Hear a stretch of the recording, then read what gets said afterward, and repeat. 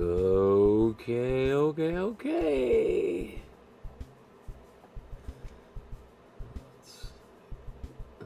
Come on, just there we go.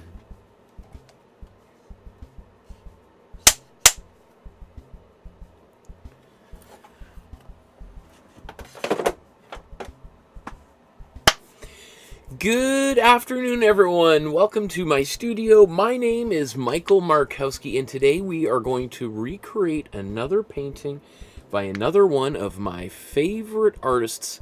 Today we are going to be once again looking at Edwin Holgate, and this is the painting that I want to attempt to recreate here.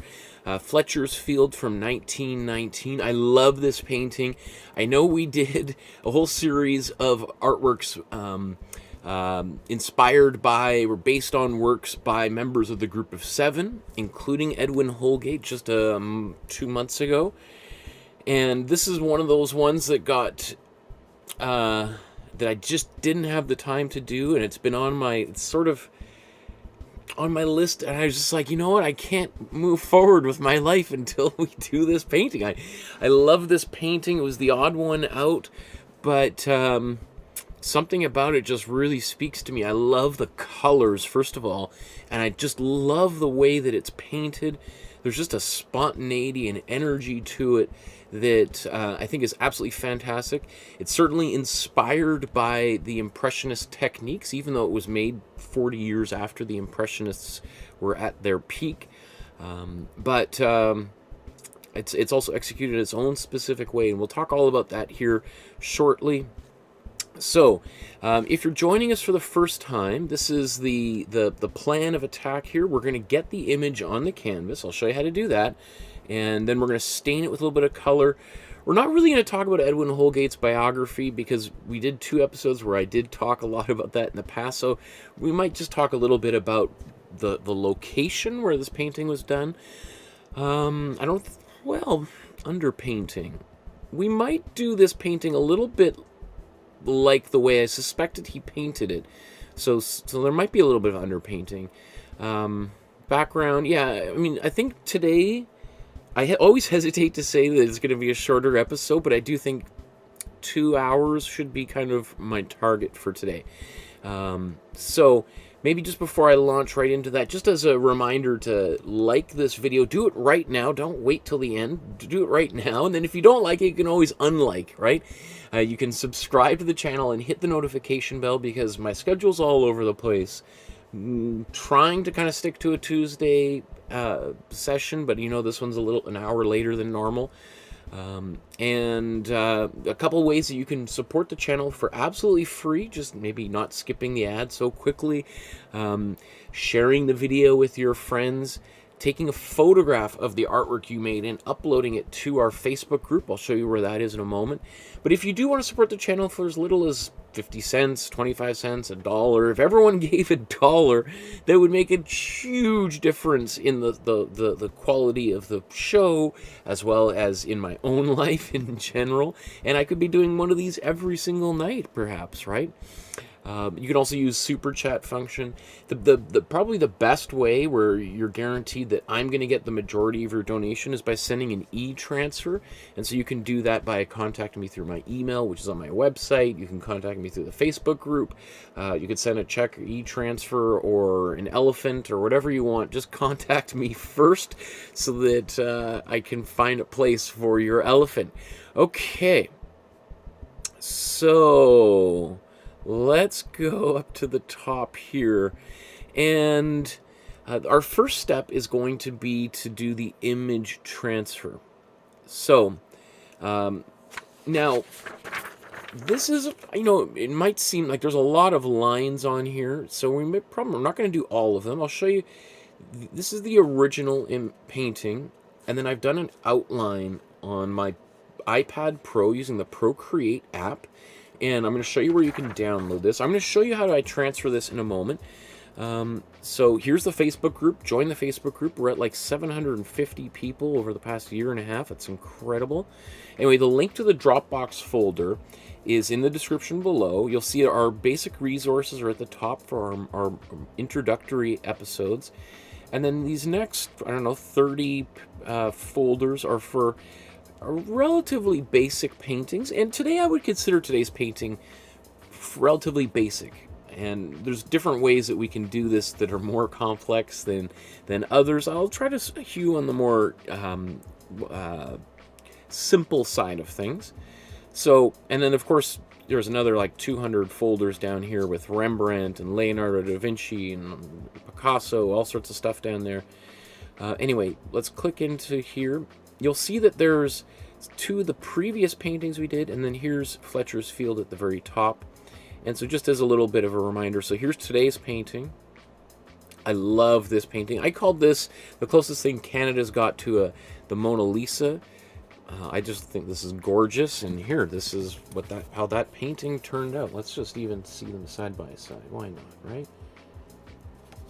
There's that painting. If you want to do that painting, that's also in that folder. And then we did this one too. And that's also in that folder too. This is a portrait of a small village, Tripalia, just outside of Kyiv in Ukraine. And which is the most random thing in the world, that one of the members of the group of 7 happened to be traveling through Ukraine at the outset of World War I. And again, we talked all about that fascinating history, and Tripalia, which is also a whole other incredible story of one of the earliest human settlements. 40,000 years ago, there's people who were living in that area. Anyway, let's talk about today's painting and get this outline on the canvas. So, here I've got a 9x12 sized canvas board or canvas panel. I've ordered these from Amazon. I like this brand. They are better than the ones you get at the dollar store, and you buy like 24 of them for like $48 or $50. So they come out to about $2 a piece, which is twice the price of the ones at the dollar store, but I think they're 4 times as good as the ones at the dollar store. A little bit dusty. I just wanted to, because I do all these at once, and I'm going to have to do another round of these. I have literally about 300 new canvases in boxes.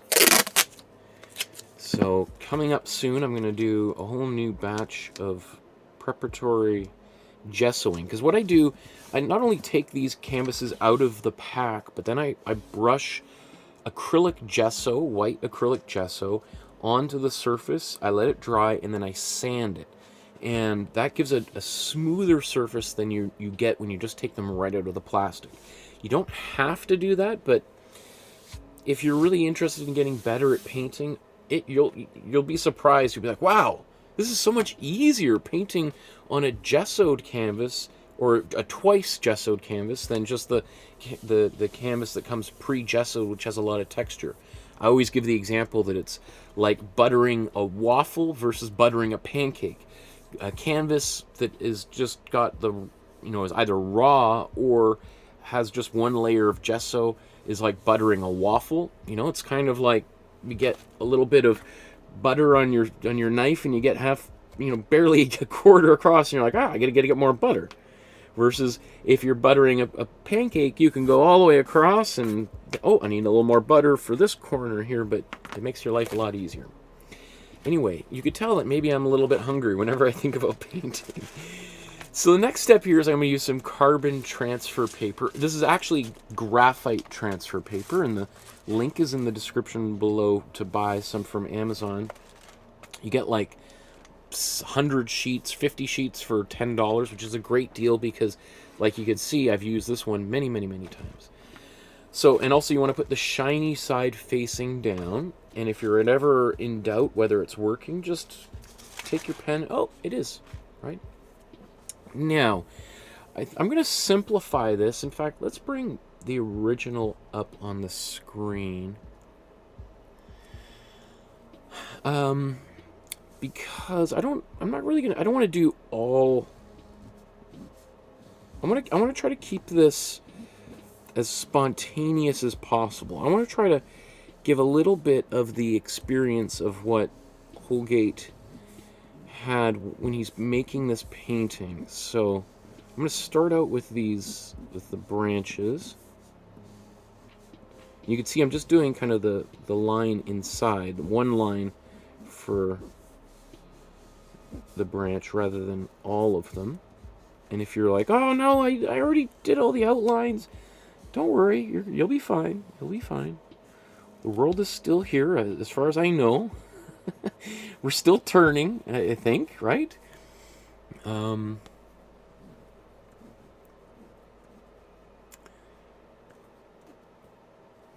see, we got...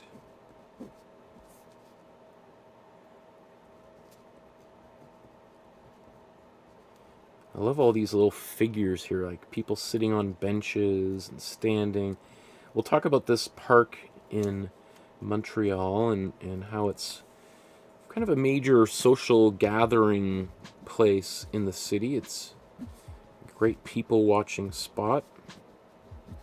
So it was that way back in 1919 when this painting was created, and still to this day very similar.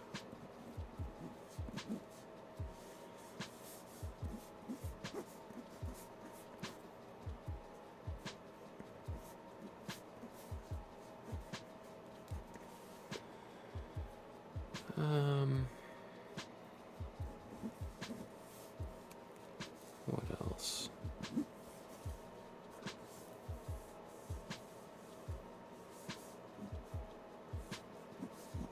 Just looking for this big shape.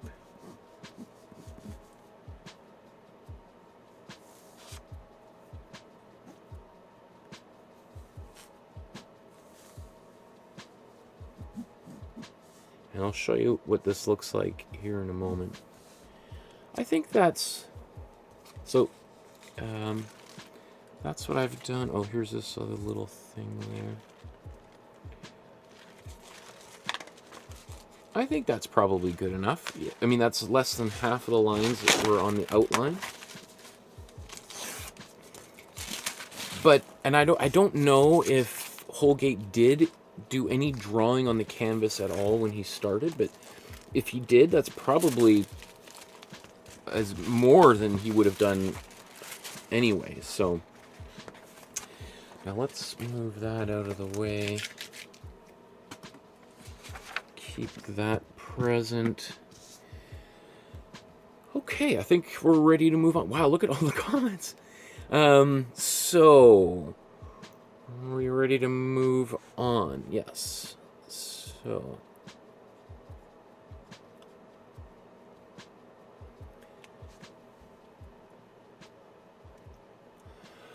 okay, so our next step, now that we got our underdrawing or the image transfer created here, is I want to stain the canvas with a little bit of color. Now, not every artist does this, as we've talked about many times, but it is one of the oldest traditions of painting is to put a little bit of a stain on there. And traditionally, artists use kind of a rusty red, a brown-like color, earthy tone, probably because back in the day, artists were painting directly onto wood panels. And so there was probably artists wanted to kind of ape that color as they progressed onto canvas, and to keep that kind of brown color kind of coming through. So there was that matter of creating a consistent kind of quality throughout those paintings as people transitioned from wood panels to canvas. So there's that, but it's also that especially people who are doing landscape painting and portrait painting, having a color there, especially kind of that brownish color, was super effective because you could kind of use it as your middle value, as kind of in between your darkest dark and your lightest light. And so you'd say, like, well, wouldn't that be a gray? Well, yes, there were a lot of artists that would do what we call a grisaille, the painting in gray to begin with. So that is also an option. But you'll see here, I'm putting some yellow on here, and I'll tell you what this paint is momentarily. Whew. I'm just going to put this paint on the palette. Here, I'll just show you. Here, I'll just squeeze all this out while we're doing this.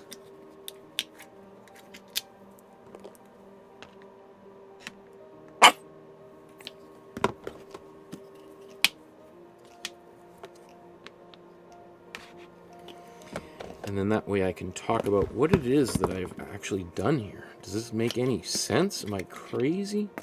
What are these colors? We're going to use a good helping of white, so having some of that handy is a good idea.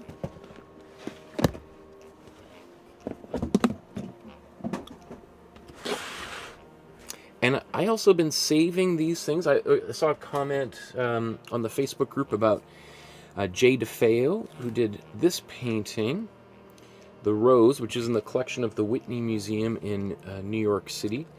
And at the end of every painting, I just go in and I just take my extra paint and I glop it onto this. You could see, look at how thick that is, right? That's, you know, one of my digits on my finger, 2 fingernail lengths wide, right? I love this. I mean, the actual painting Jay DeFeo did is about like 9 feet tall, and they had to take the wall out of her apartment building in a crane to get this outside of her New York City apartment back in the 60s. It weighed a couple tons of solid paint, which is just remarkable. I love that. And so one of our newer members was trying to encourage me to do another Jay DeFeo painting, and I was saying, well, you know, there is another one similar to that at the LA County Museum of Art called The Jewel that I would also like to do. So maybe we'll do that, because that one's starting to kind of get to the point where I need to move on. Okay, so let's talk about this color. So what we're going to use for today's episode is 7 tubes of paint. It says 8 there because potentially you might want to use black. Now, we probably won't use black in this painting at all. I don't even know if we're going to mix a black, but we certainly won't use it out of the tube because I rarely use black anyway, or at least out of the tube. I like to mix my own, and you can see there on the bottom it says, learn how to mix 33% red, or warm red, 33% cool yellow, 33% cool blue, and you get a black. It's magic, right? Now, the brand that I'm about to use here is this Amsterdam by Royal Talons. Now, I'm not sponsored, not paid, not given any free supplies. I went out and bought them just like you guys. And the color that I'm about to use for my Imprimatura is my Azo Yellow Deep, right? So it's this, we call a warm yellow, and a warm yellow is as opposed to a cool yellow, has a bit of an orange cast to it, whereas a cool yellow has a slightly kind of, has really no red whatsoever. It's got maybe even leaning towards green. Anyway, we've talked all about color temperatures in the past. Now, if you don't use this brand, that's okay, because you can use Golden, you can use Liquitex, you could use Winsor & Newton, the Galleria paints they have, Artist Loft for Michael's Art Supplies, Buzz, Peebo, Holbein, Daler-Rowney, Fevicryl, Nova Color, Chroma Color, but not Museum Color, because they put white inexplicably mixed into the paint, so you cannot mix a black with this brand of paint because it'll always turn out gray. Okay, so let's get this stained up. So I'm going to put a little bit of water in here, and this is the only time I ever use water when I'm painting with acrylic. And I know, I would say probably 90% of acrylic painters use water all the time. And that's okay. You're safe from the paint police. They aren't going to come grab you. But it's just worth knowing that the manufacturer. There's no acrylic manufacturer who would recommend you use water. In fact, they'd probably all tell you not to use water at all unless you're cleaning your brushes. Certainly it won't stop any artist. Every artist who hears someone come up with tell them not to do something is going to do explicitly that. But if you want your paint to be a little bit more fluid, then consider using a medium. And we might, actually, I don't know if we're going to use any mediums today, but we have many times in previous episodes.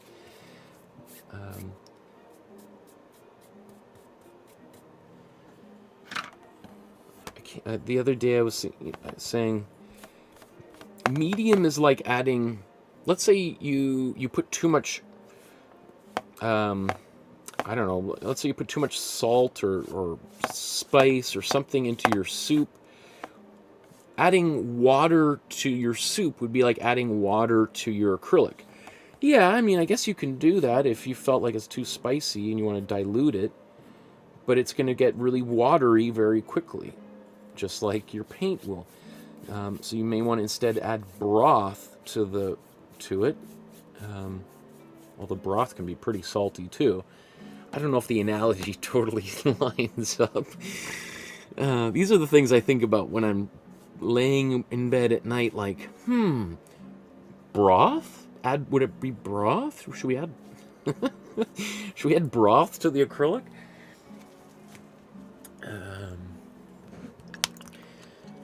Okay.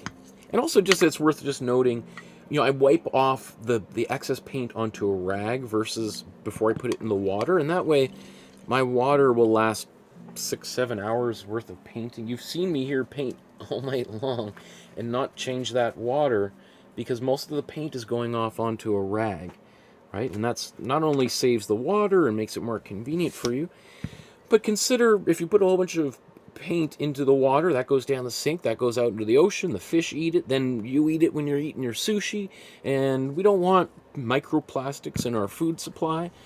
At least I don't. So if it goes into a rag, well, the rag goes into the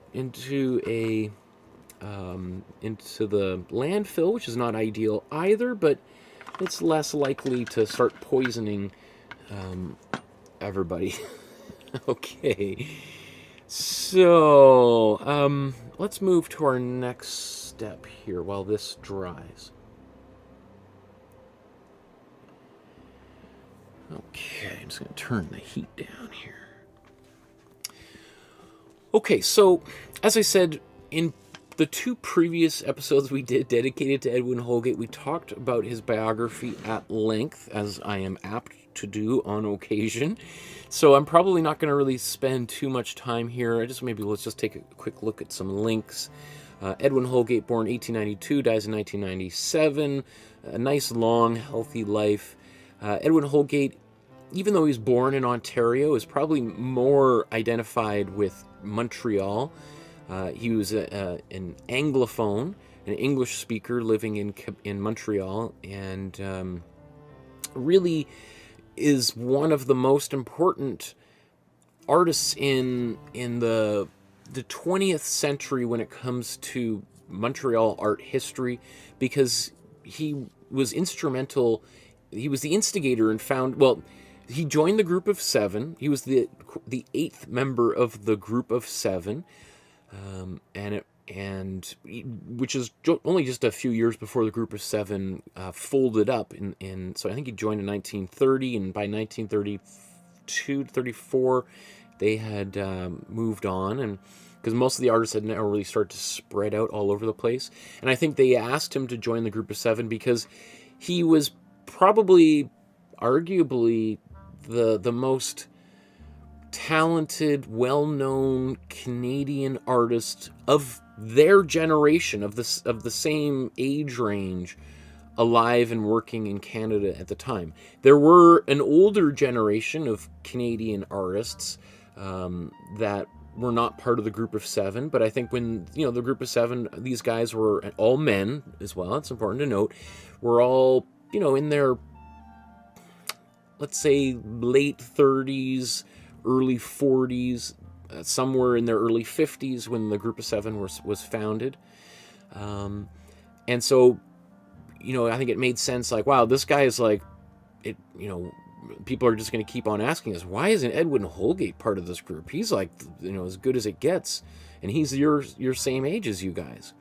So I think they were like, yeah, we got to get this guy in, which was a little bit odd because Edwin Holgate was really known, and still to this day known, primarily as a portrait painter who dabbled in landscapes, and all of the rest of the Group of Seven members were all known for their landscapes and maybe a little bit of portraiture, if at all. Some of them didn't, as far as I know, didn't even do a single one during the course of their lives. So just as really quickly to move on, so he's the instigator of the Beaver Hall art group, which is the Group of Seven was a Toronto-based art movement, even though they very quickly started to move to Winnipeg and later to Vancouver and Montreal.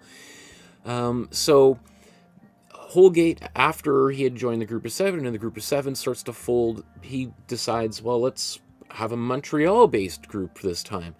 A.Y. Jackson, who is another member of the Group of Seven, joins him in that endeavor. And the group, the Beaver Hall group, what is notable about them is that they also embraced women as a part of their group, and they were much larger. I think there was about 20 artists or so in that group during their heyday of the mid-1930s through, I think that they ended in about 1940. After which time, Holgate and a bunch of other former members of the Group of Seven form the Canadian group of painters. There's lots of groups, right? And it sounds good. It's like, why was there all these movements and groups, and how come we don't see that today? It really has something to do with the geography of Canada being so spread out, and also having a really small art community, right? Even though Canada is this huge country, there's still relatively few people in the country, and if you wanted to kind of make some inroads and kind of sell your work, banding together as a group to kind of get more people to pay attention was important. So that's why you had these groups. Now, with the internet, and you could be living on the moon and still be in regular conversation with people on the other side of the planet. So I think these movements, as they once existed, we see very few of them to this day. So let's here's today's painting. You could see it's maybe just worth mentioning this is a small painting, 14 by 18 centimeters or 5.5 by 7 inches, which is roughly half the size of the canvas we're painting. We're doing a 9 by 12. So, it's it's not quite half, but almost half the size. I just, in this painting, recently sold at auction. I don't know how much, but we'll take a look. None of these have sale prices. Will it tell us the sales information? Okay, so this painting sold for $12,000 Canadian. When was that sale? Just out of curiosity. It doesn't say when this painting sold. Oh, November 29th, 2022. That must be... I feel like that must have been sold again. But I'm just saying that I'm pointing that out. $12,000 Canadian sounds like a lot of money. I mean, technically that's like $1,000 American. No, I mean, it's what, maybe $9,000 American. And let's...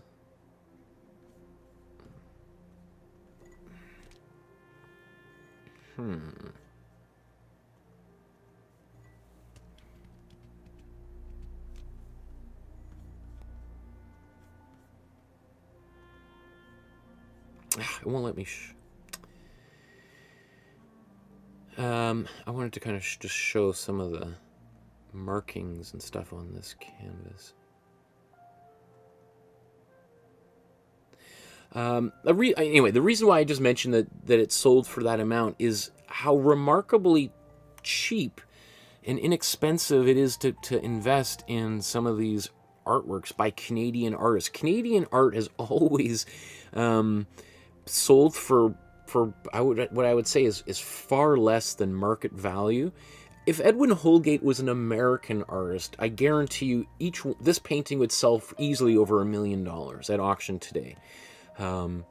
It just so happens, though, that Canadians back 100 years ago and even to this day would much rather spend their money on famous American and European, Asian artists than they would on fellow Canadian artists. Because when they have their friends from Phoenix visiting, or Florida, or France, they want to be able to show them a painting by an artist that those people know, rather than a Canadian artist that they might not know.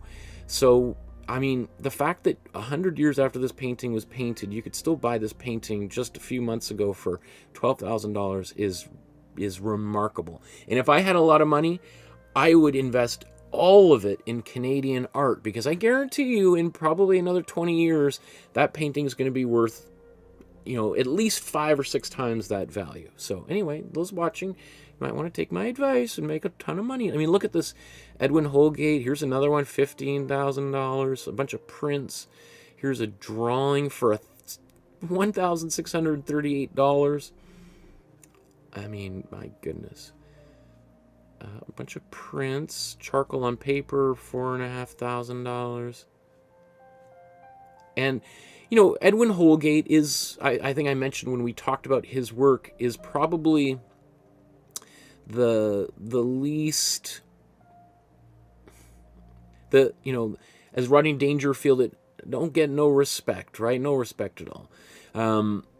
I think he's probably one of the most important of all the group of 7 artists, certainly one of the most skilled and talented of the group of 7 artists, and yet, there's, unlike all the other ones, you have like a wiki art page. There's no Edwin Holgate wiki art page. Anyway, let's talk about where this painting was painted here. So, here's Montreal. We're just zooming in here. Here's New York City and Portland, Maine, Vermont, Ottawa, Quebec City. Quebec City, if you've never been there, oh my goodness, you are in for a surprise. It's like as if you were to go to Paris 400 years ago. It's like more French than France. And so here's Montreal. Again, a beautiful city. Montreal, back in the day, was also the center of Canadian commerce. So here's Montréal, or Mount Royal, which is the mountain inside the center of Montreal. So there's this kind of peak. And by mountain, I'm from Calgary, Alberta, and mountains are like the Rocky Mountains that are on the horizon an hour's drive west of Calgary, which are real mountains.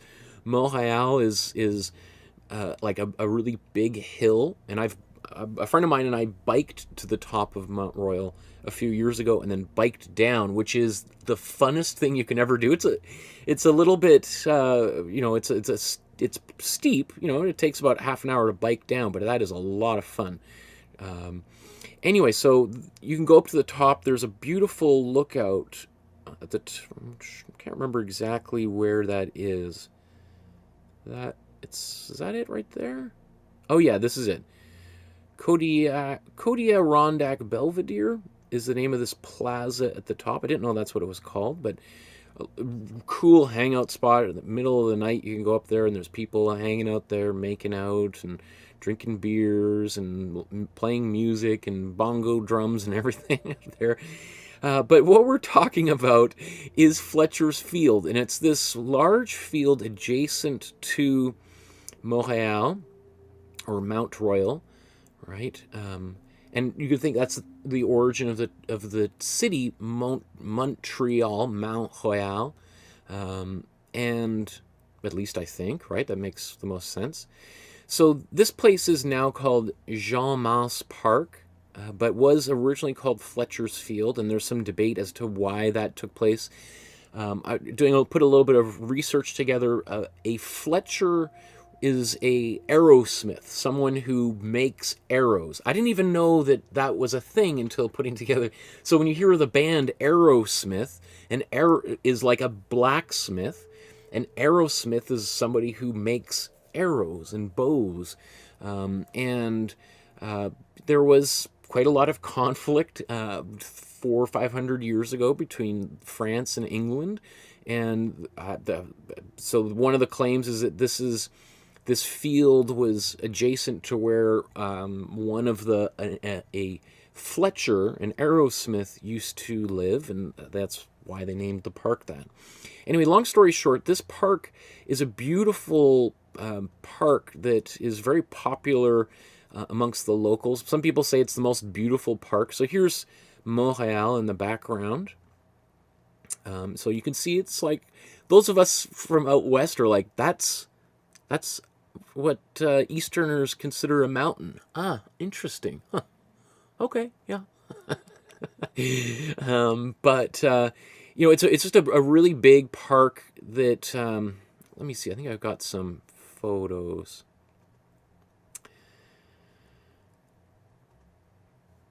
In the summer, it's not uncommon to see like thousands and thousands of people gathered on there. There's often protests and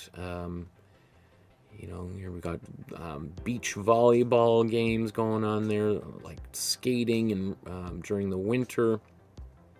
There's also this big monument across the street in Montreal Park here, the Georges Etienne Cartier Monument. That's right across there. Kind of looks like this big, it's a very European kind of quality, which is not surprising. There's a lot of sort of European, French influence, obviously, in Montreal. What else do I want to make mention of before we move on?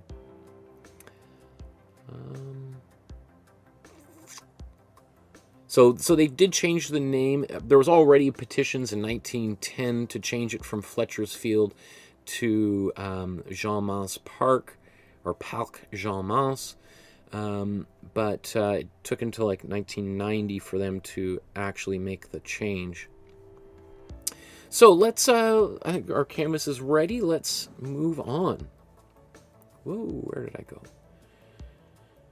Okay, so I think what I want to do next is do a little bit of underpainting. Now, typically, I don't usually do this at this step, but I think I want to do a little bit of this for this painting because I want to give you a little bit of a feeling of what Holgate probably did when he made this painting.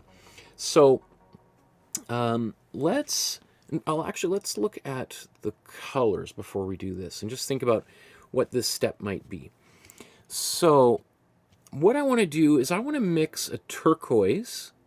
So this is going to be our cool blue and cool yellow with a little bit of white. And we're going to use that to start the painting. Or, actually,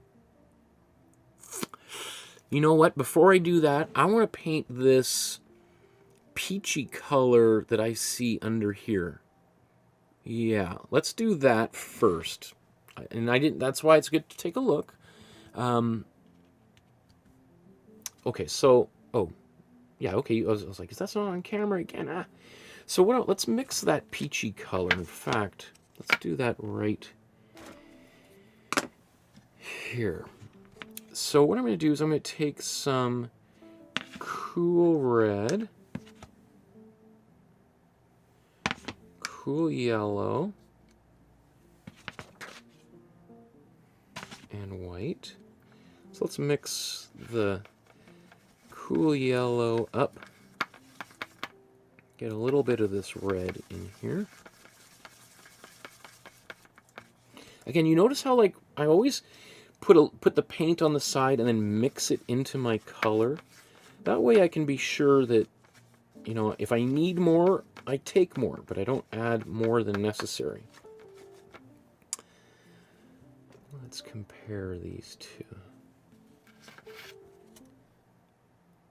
Let's get a little bit more white in here.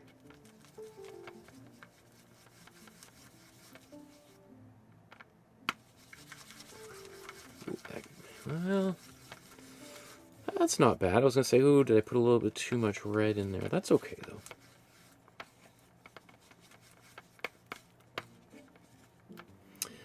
Okay. The other thing I'm going to do here is I'm going to put a little bit of matte medium in here.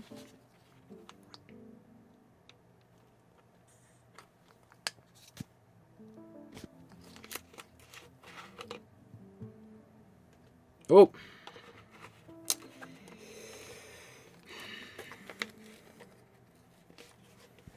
Can't put the genie back in the bottle when that happens, so let's... This is paint that's probably going to end up on my J. DeFeo painting. Didn't mean to put that much in there. So I mixed the matte medium in there. It's just going to thin it out a little bit. Make it a little bit more transparent, because I have put quite a lot of white in there, and if I put too much white in, I might lose all my pencil lines. So let's cover this. Now, I could have just jumped directly to this step instead of putting my warm yellow on first.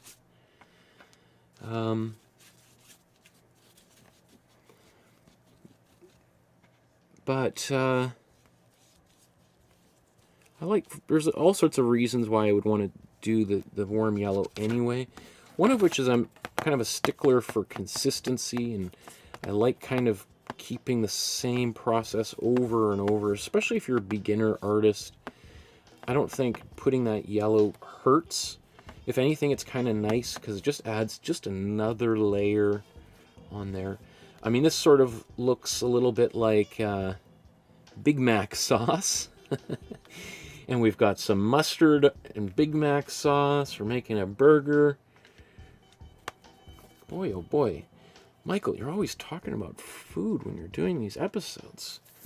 I should get sponsored, instead of by a paint company, by like McDonald's. Well, I don't really eat McDonald's. I'm a vegetarian, so there's not much that I can eat there, but I don't know. I need somebody to... It'd be nice if I got, you know, some snacks delivered midway through an episode.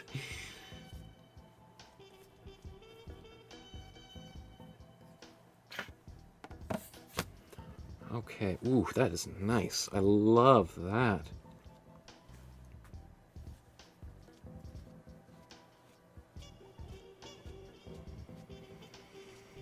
And we can see that he did something similar to this. Now, he probably, I'm sure, would not have used the yellow as I did. That's definitely something that is very specific to my own way of painting. And I'm sure there's people out there who've taken other classes with other teachers, and they're like, what did he do? He put yellow down to start? That is crazy. Don't listen to anything that guy says.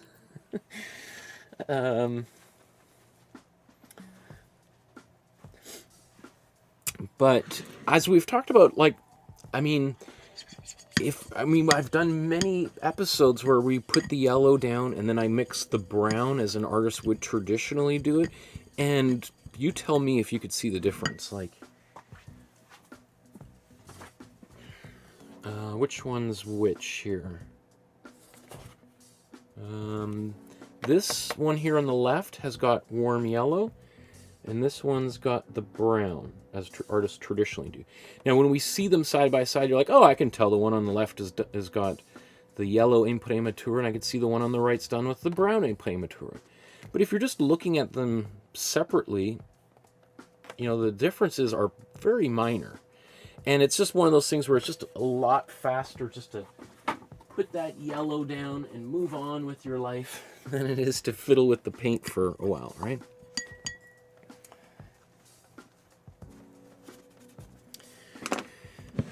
Okay, so I'm going to blow dry that, and then we'll move on here.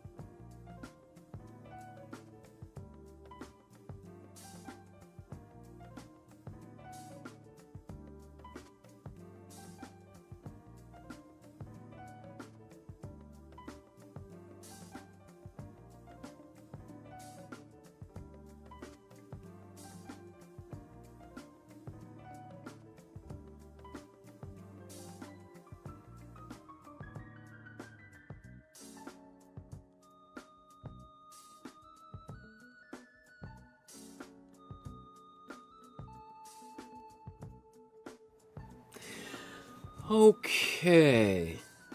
I mean, it's interesting. I mean, I don't know how it looks on your screens at home, but I can even still see a little bit of the yellow on camera coming through. In person, that is way more subtle than that. I mean, I can see little bits of it, but it certainly doesn't appear like it does on camera, which is one of those weird things. Things can look very different under different kinds of lighting, etc. But anyway, now I feel like I'm ready to do my underpainting. So maybe I'm just gonna, let's put this back up here. Okay, now I'm ready to do my underpainting. Now that I've got my Imprimatura, and then I put this other coat of paint on top, which is probably very close to exactly what Edwin Holgate did before he began. So now let's take a look at the color that he used for his underpainting, which is this teal color, this turquoise, which is beautiful. That is a really intense, saturated turquoise. So let's see if we can mix something like that. That's, well, we'll try. So let's take our, let's put them side by side here. It's because it's also going to be a little bit in the background. Let's take our cool yellow. Where should we put that? Let's put this here. And our cool blue. We're mostly going to use cool blue for this.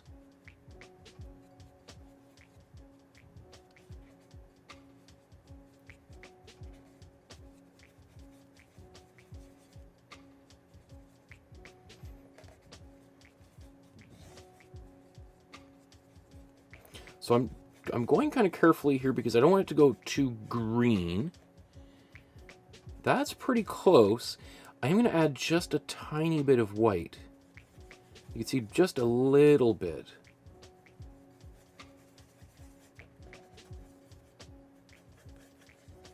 I might have gone a little bit too far in the green. Let's take a bit more blue back in here.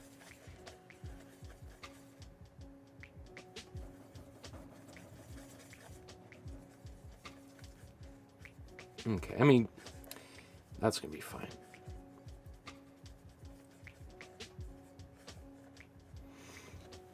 Okay.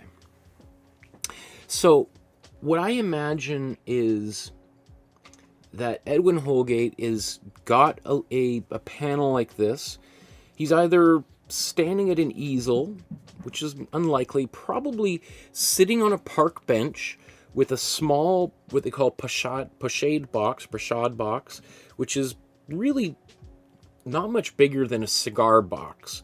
You know, it's a wooden box that opens and you'd have your paints in the bottom and then a little area to slide the canvas or probably a panel like this into the back.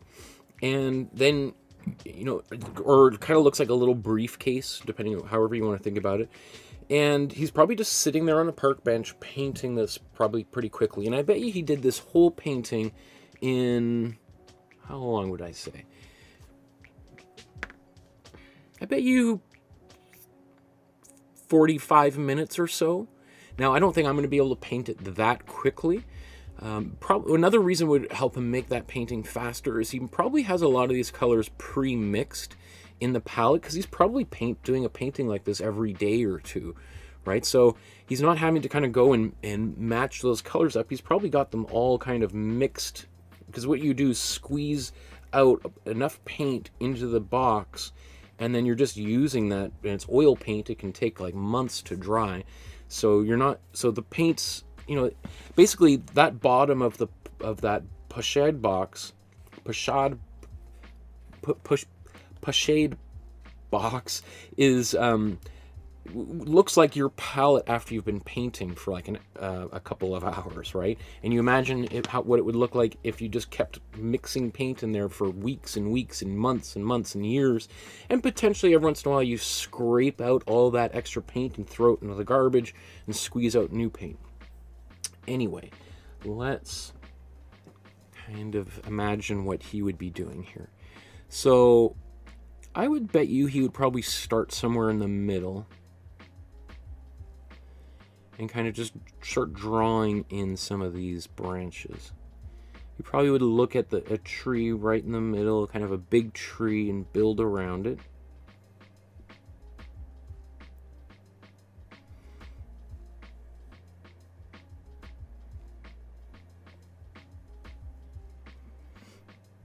And then continue kind of looking around for other trees that he can incorporate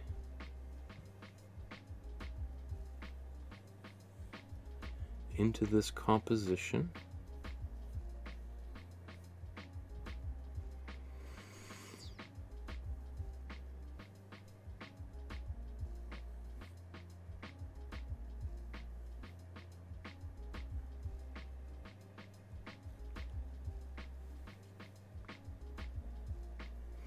Now, if you're saying, yeah, but I think he was using much darker color, I would say, yes, he eventually uses a much darker color, but I'm sure he's starting much lighter like this.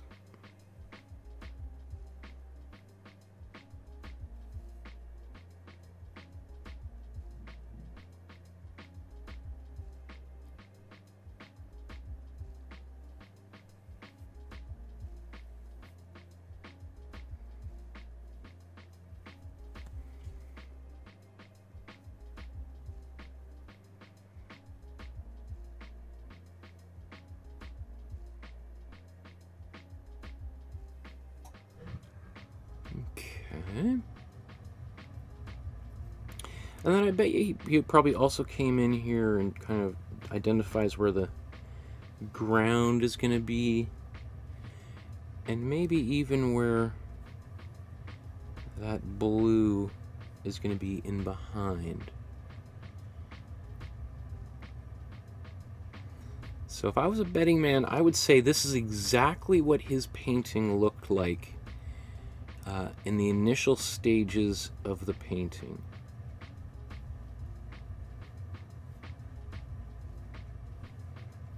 Let me start putting some branches on here.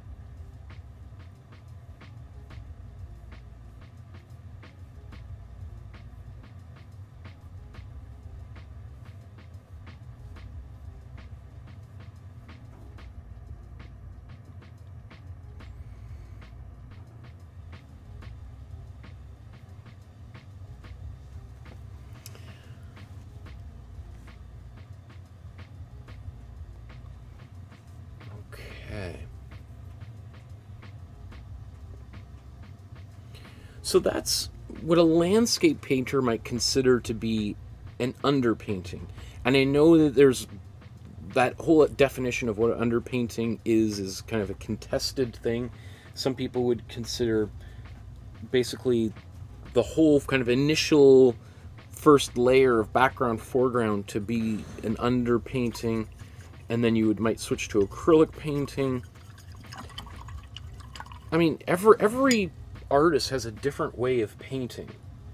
So whenever you hear people using a term differently, it doesn't mean it's wrong. It's just maybe how that community of artists uses that word or uses that approach.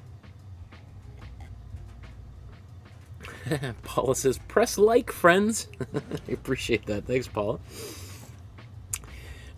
Okay, what a good group of people we have here. Where am I? Come on.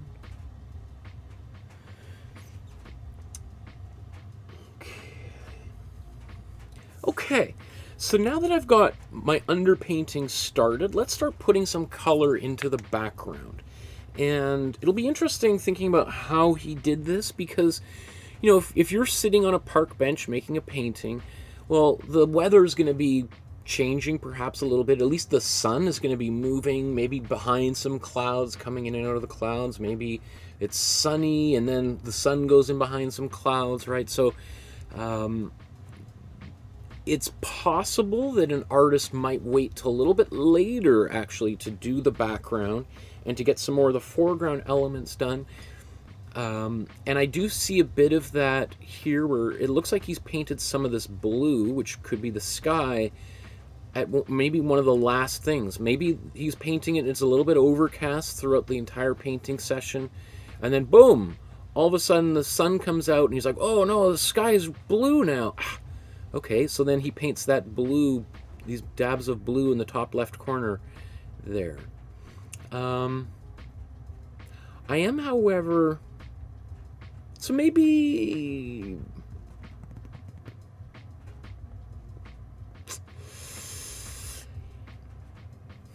I'm just debating if I want to do that.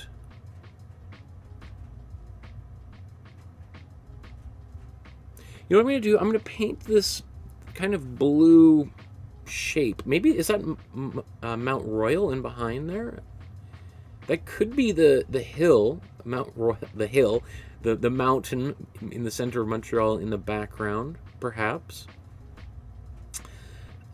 So let's take care of that, I think, first, and then we'll see where we're at. So to do that, let's take our cool blue again and our white, mix that together. Now he's got a little bit of yellow, like a tiny bit of yellow in there.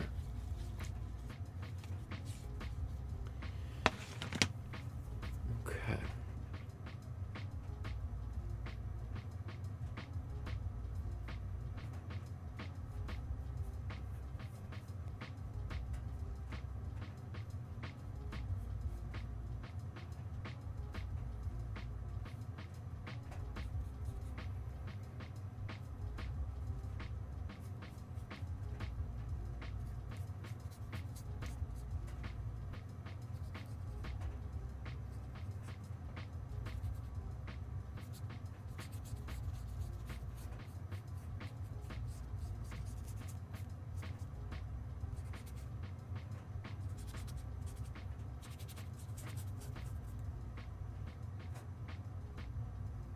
So he's probably painting and scanning across, trying to see, you know, do I see any of that color poking through elsewhere here?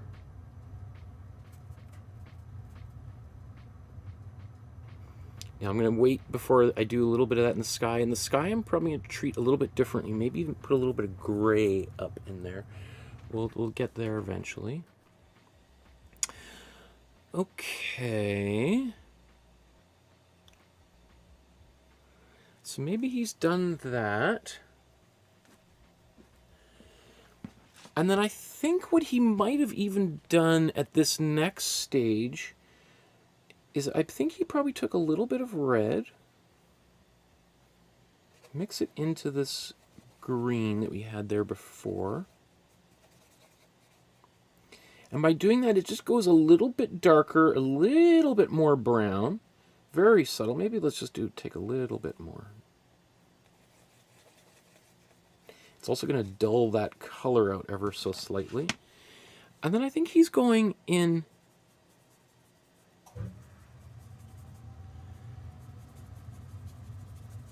and just sort of getting some of the darker parts of the trees.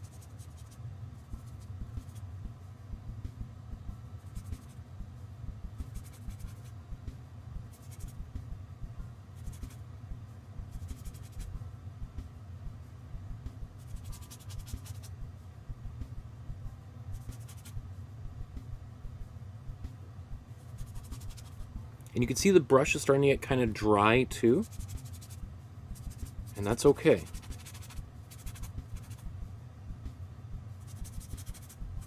Like you notice I haven't taken my brush and put it back into the paint yet.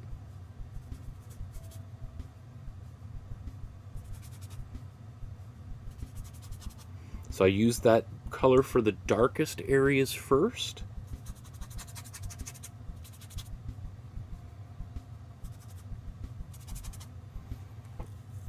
Okay.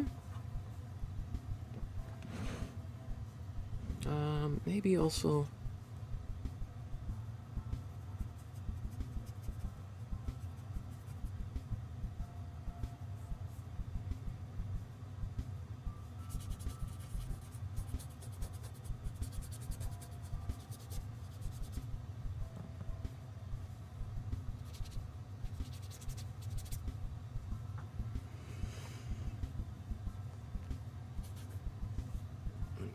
Okay.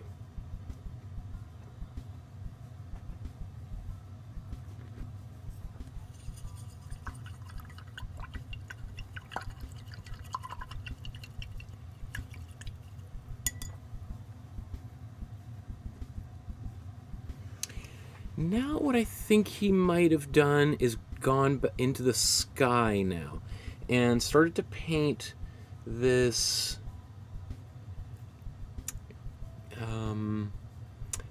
kind of white, greenish yellow color back there. So when I see a bit more yellow up in the top, so let's go back to here.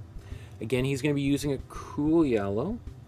So we've got our cool yellow and white.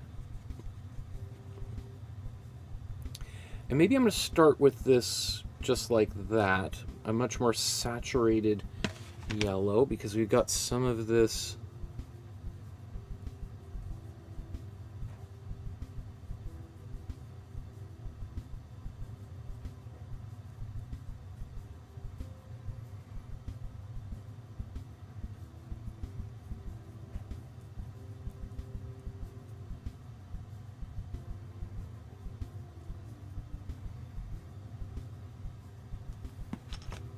I'll just take some actual yellow right out of the tube.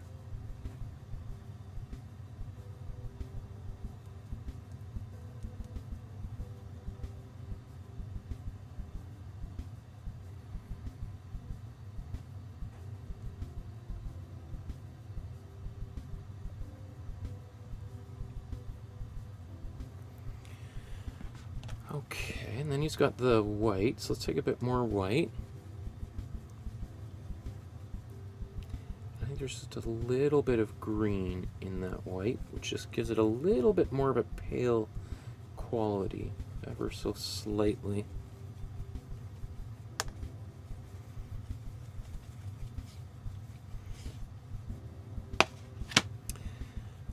Okay.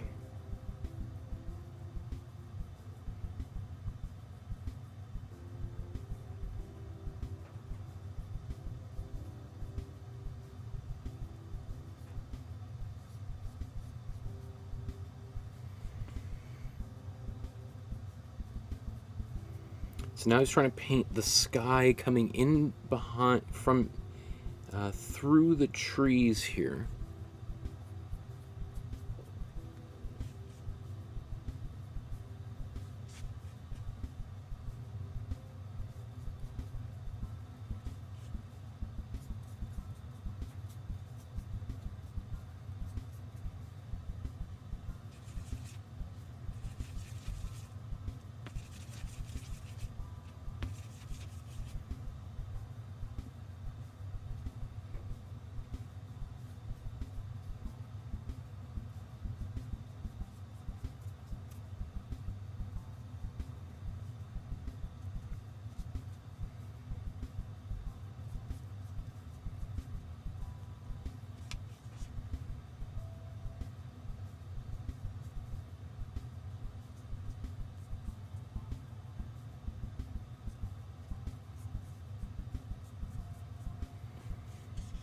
And then it looks like he stops doing that as he goes further and further left on the picture. And I wonder if he's just saying to himself, you know what, I'm going to save a little bit of the left side of the painting. So maybe I'll put a different color in there, or I see some clouds rolling in, or clouds thinning out over there. So maybe let's just hold off on that for right now.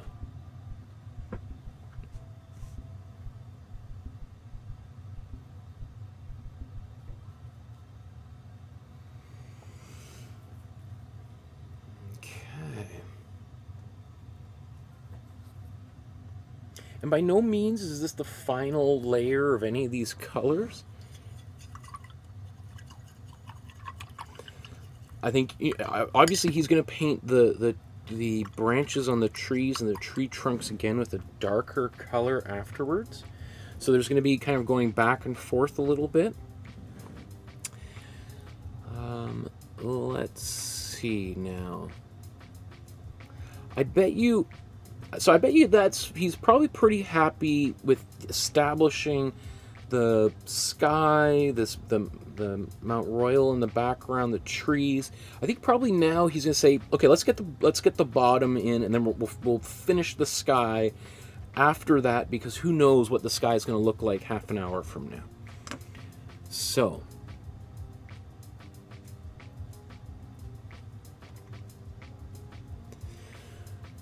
now Holgate's probably saying, let's work on the ground while we've got the sky kind of started, and we can always add more to it. So let's take a look at some of the colors at the bottom of the painting. So it looks like, you know, some of these blobs of white and red and blue, those are a little bit later additions. So he's probably getting some of these greens in, or actually this pink, this red, that's what he's doing next. So let's, I think, right? It's hard to know exactly what was first or second, but I think, yeah, let's go for that pink. So and I'm not even exactly sure. Let's compare these pinks together. So it's possible it's the cool red, but let's just see. Let's take a cool red and add a little bit of white, and we get this very pink magenta. Put the brush down. Let's grab our warm red and put some white into that. Huh. It looks, to be honest, like there's a little bit of each of these in here. So we can do that. We can add a little bit of both of those colors, because there are reds that exist in between our warm and cool colors. So I'm going to take a little bit of both. And there's no shame in taking, you know, mixing the color twice and seeing what it does, rather than just trying to guess. I hear people, when I'm teaching all the time, it's like, I find it so hard to guess which color's right. It's like, why guess? Just mix. I mean, worst comes to worst, you wasted what 5 cents worth of paint there, right? And probably is going to go in the garbage anyway. So let's zoom back out. Let's just cream that brush.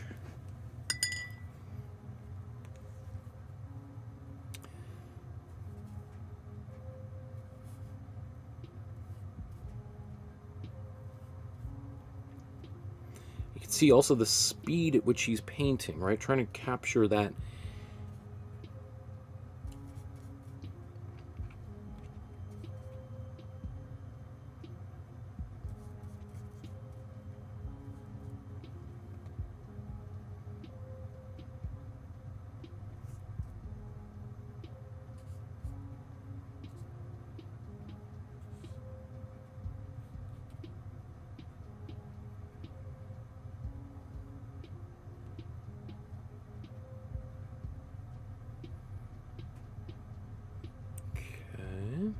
Notice there's a little bit of a pink up in the sky. Maybe he just dropped his paintbrush and hit that part of the sky, but I'll put it in there anyway.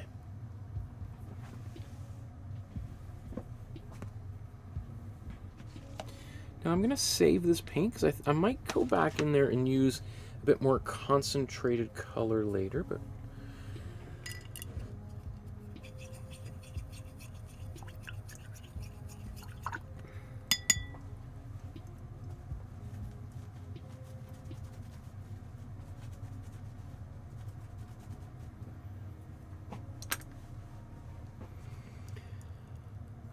okay, so what's next? Let's go for some of...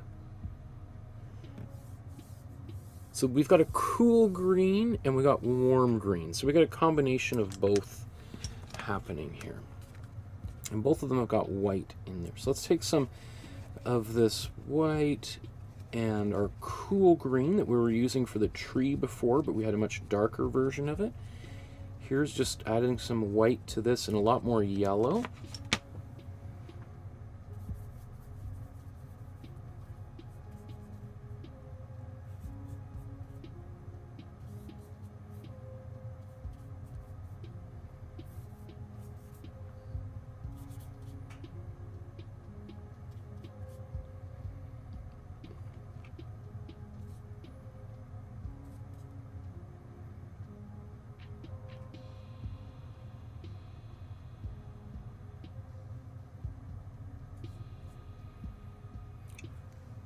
And I can already probably hear some people saying, but that's in the foreground. Why are you putting the cool green in the foreground? I thought you told us not to do that. Ideally, you want to put your warm colors in the foreground and cool colors in the background. But there are occasions where some cool colors do come into the foreground. If someone's wearing a cold blue t-shirt and they're standing in the foreground, well, it doesn't make sense to paint it a color that it's not. But because there are lots of other techniques that artists have to create depth in a painting, especially a representational painting, a painting that looks realistic, quote unquote, right?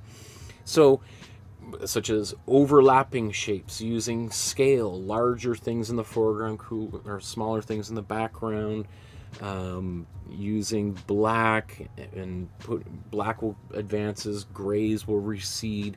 I mean, so on and so on and so on. So there's not like you cannot do that, and clearly that's what he did here. It's just that, you know, if you can, and you don't know what to do, then opt to using your cool colors in the background and warm colors in the foreground. But here is an example where he's doing literally breaking that rule, right? And all rules are made to be broken. They're just, or maybe more like guidelines. Okay, I'm going to keep this paint on my brush as I mix this new color. So I'm going to take my warm yellow and my warm blue and mix this together. And I'm not even going to bother blending it in too much here.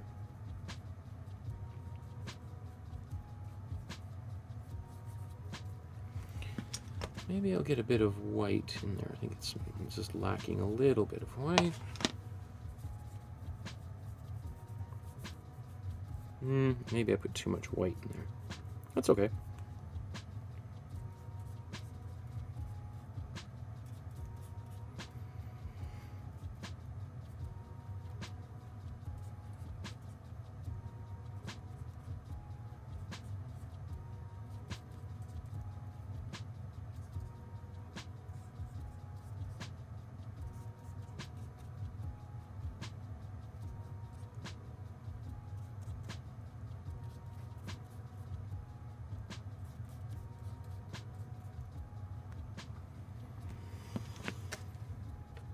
I'm going to take just a bit more of my warm yellow and mix this in here.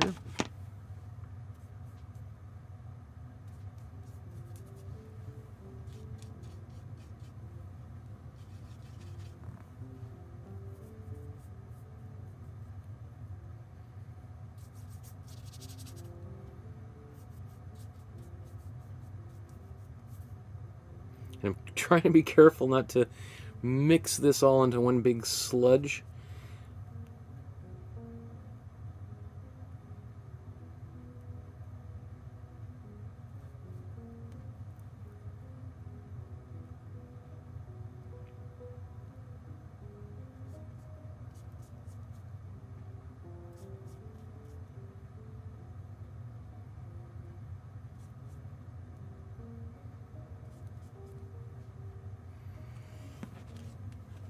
I'm going to take a little bit of warm red too and create a bit more of a orangey brown or orangey green, which sounds kind of crazy, but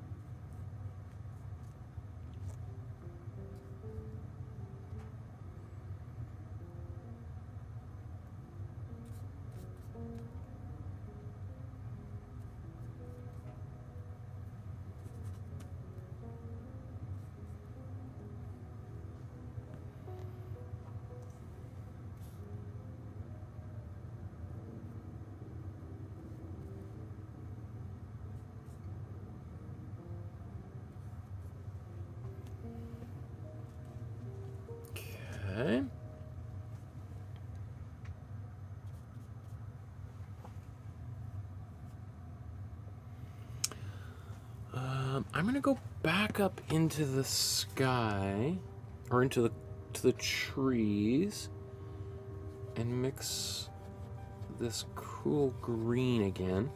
This time trying to avoid as much white as I had in there before. Oops. A little bit too much blue.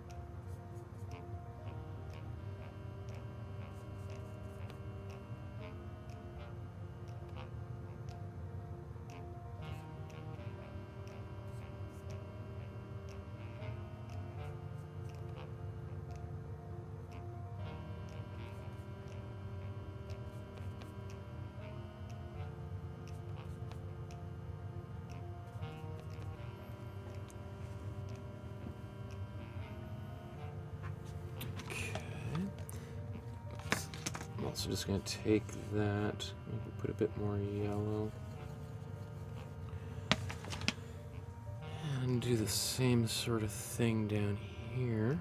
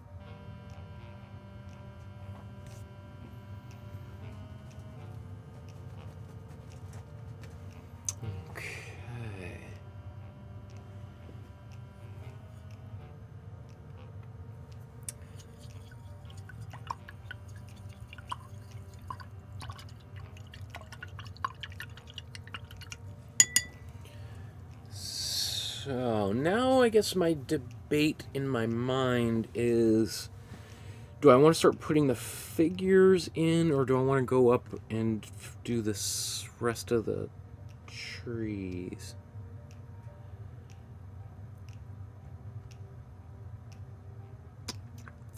Let's just look at that original.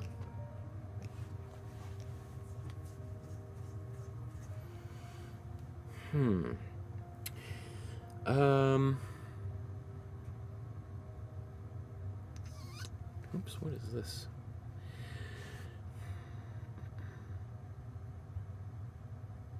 I think let's go back to the background. I think he's probably, those figures look like they're some of the last things in here. So let's move back to the background again.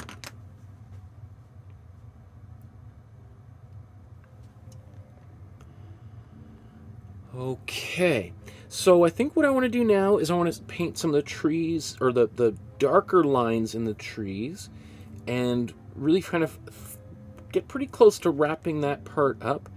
And then we'll move back to the foreground, put the figures in there, and then maybe we'll be pretty close to being done. We're going to go back and put some of that blue in the sky, which I think is one of the final marks that he's done here.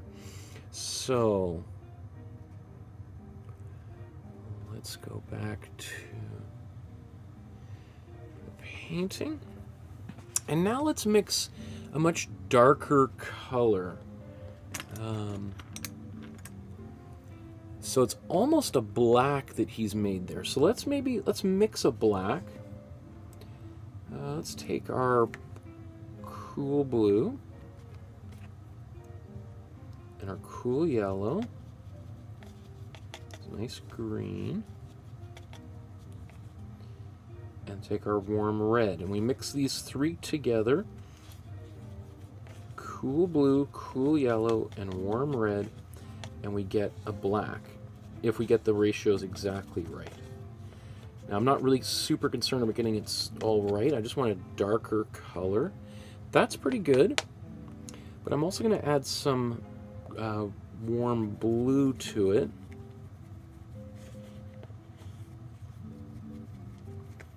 I'm just going to give it this really deep color.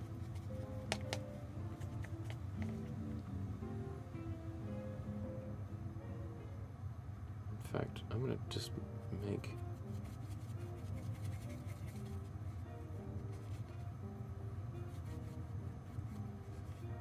it even darker. There we go. I want a bit more of an actual blue quality when I get thinner, like a Prussian blue. Okay. Now I'm going to go to a smaller brush.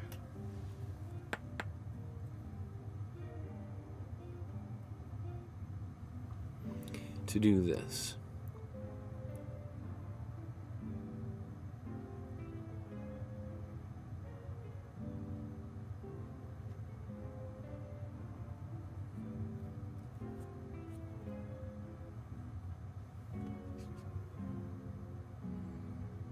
And also look at the, I'm holding the brush about as far away as possible. That's going to make the brush admittedly a little bit shakier, but it also is going to look a little bit more tree-like, branch-like.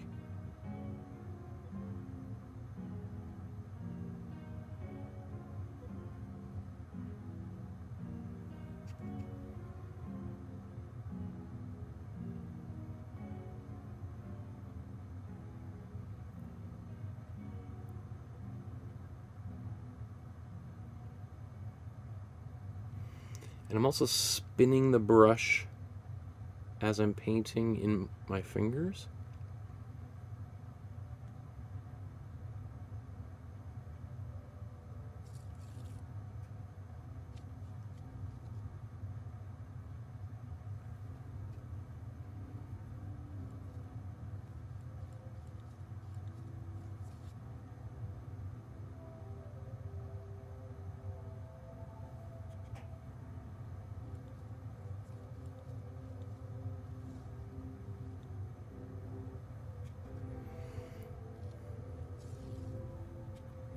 And also, not all of these branches are going to line up and touch the trunk of the tree here. There's going to be some that kind of disappear in and out of the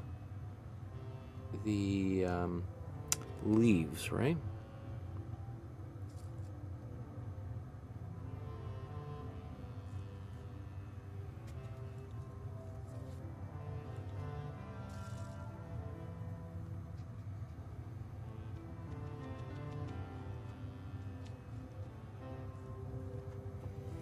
I'm just gonna, oops, let's just show you,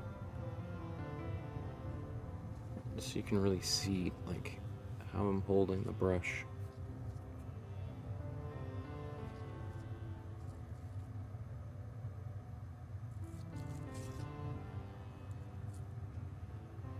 Right, and this brush is pretty flexible to begin with. I'm telling you, it's fun to try doing this. I know it's a little bit scary, and probably the first few times you do it, the brush isn't going to do what you want it to do.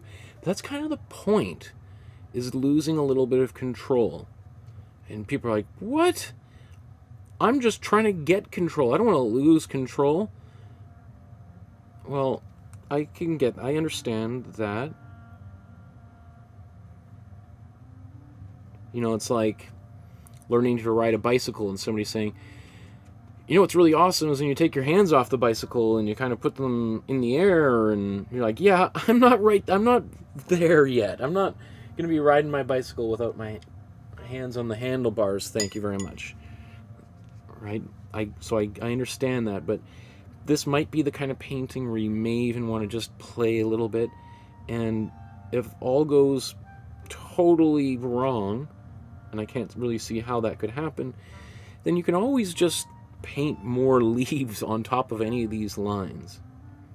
But I think you owe it to yourself to play a little bit with these paintings, and if you're going to do this painting, really immerse yourself into this artist's process here. Now, Holgate didn't invent this approach. There had been artists for centuries who've done things like this. Maybe not as a finished painting, but as a way of starting a painting for sure.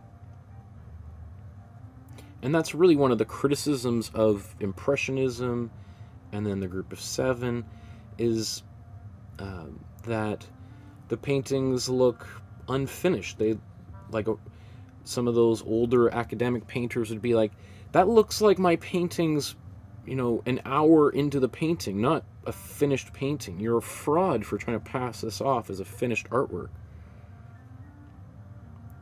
Right? It just looks like an impression of a scene, not an actual scene. And then Claude Monet is like, I like that. An impression of a scene. Yes, that's perfect. And like, no, no, no, no. You're supposed to be really insulted that I called your painting an impression. No, no, that's fantastic. I think we should call our whole art movement impressionism. No, no, no, no, no. I'm. You're supposed to be really angry and feel horrified that I've insulted you.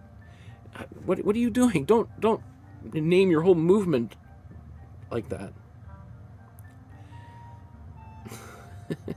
But it's just funny throughout art history. There's lots of these occasions like Cubism, Fauvism, where you have artists deliberately naming their movement after the worst criticism that they received.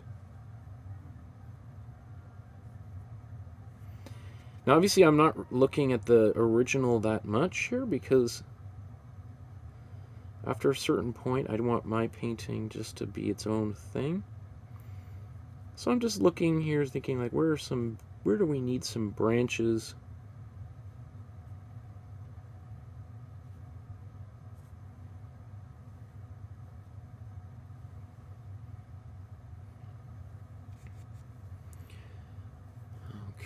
Okay.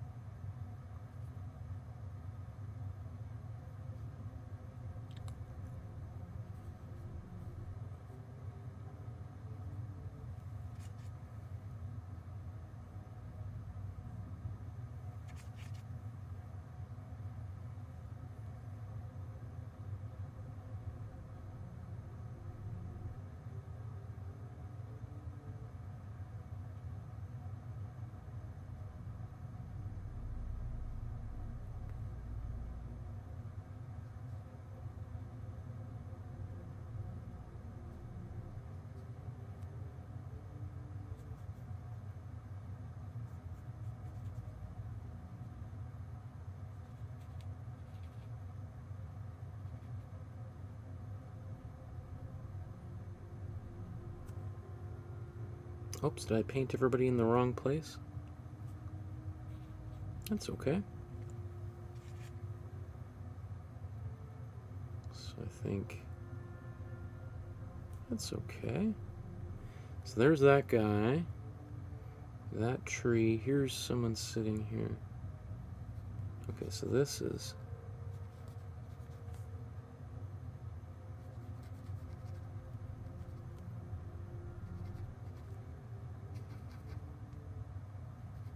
That's okay.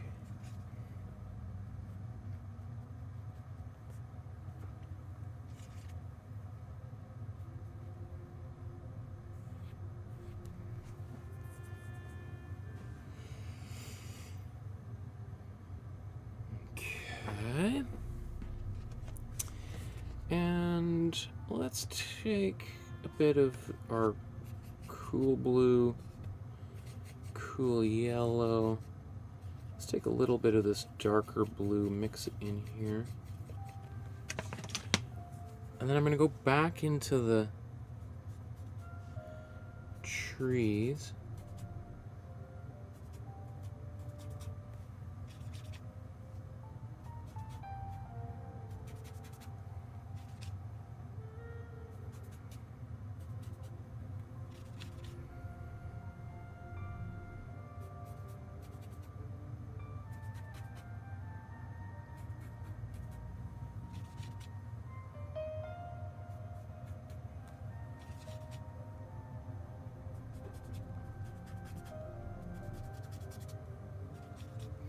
Notice how it's like I'm almost like scratching the paint on here. There's not a lot of paint on the brush.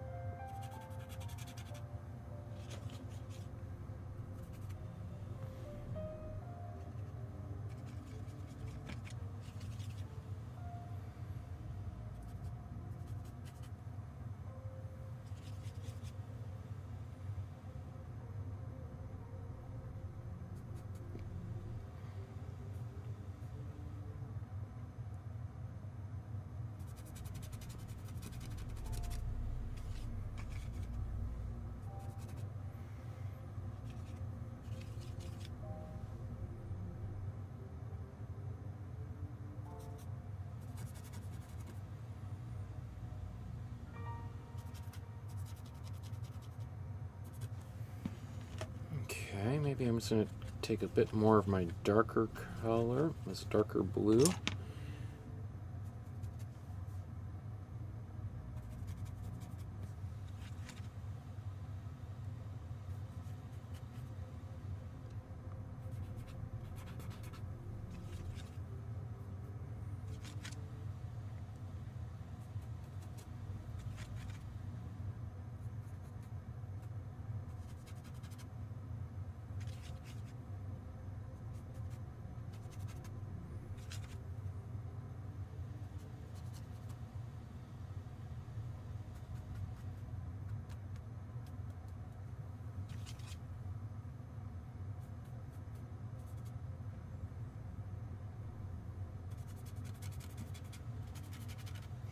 By painting kind of basically with a dry brush, I can ensure that, I can slowly build things up and things don't get too dark too quickly.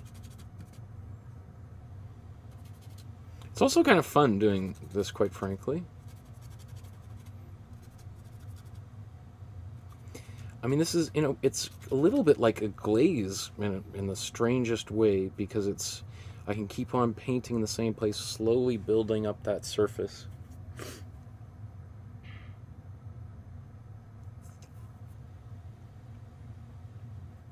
Okay.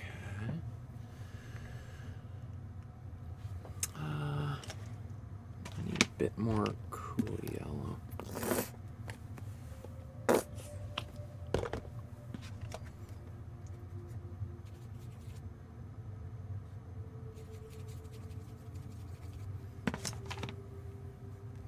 So another thing I'm doing, I'm just squinting my eyes while I look at the original and mine, and just thinking like, okay, is there an area that looks much darker or much lighter as I'm looking at them side by side?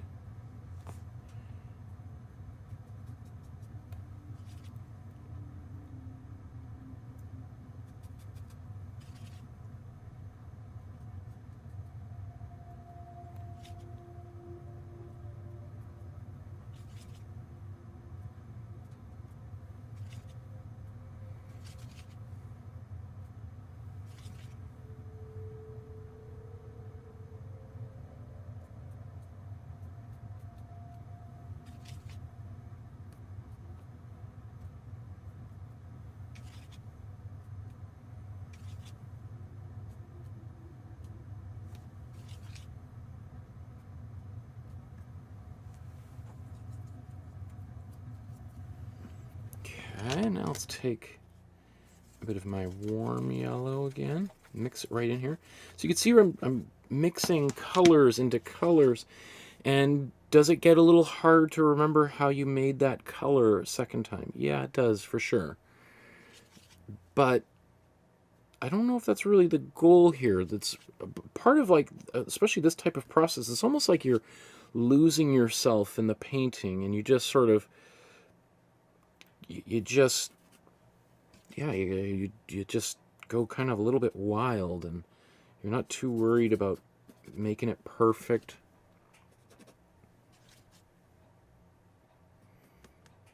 I mean, who cares about getting the right color in the right place? Probably, you know, it's debatable about what his goal for this painting would have been.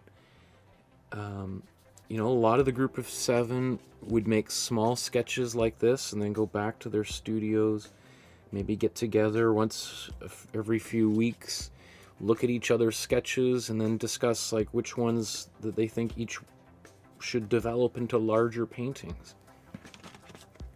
So it's possible that this painting was created, and then he shows it to his friends and says, what do you think? I'm really into this one. Do you think I should make a bigger version? I don't know.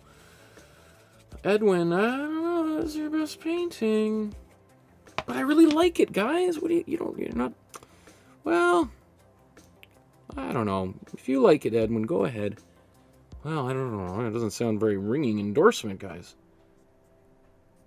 Well, I just think you've got some other ones you maybe should focus on first. Ah, okay. Who knows?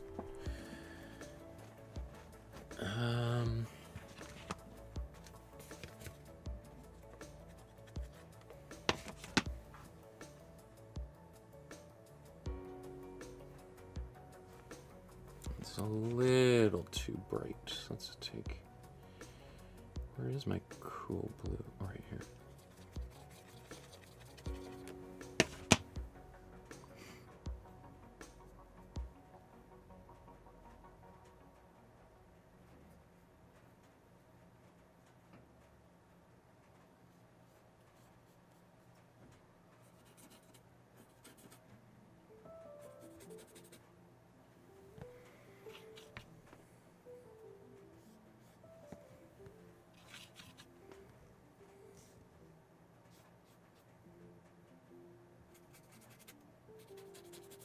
This is just cool blue with a little bit of white.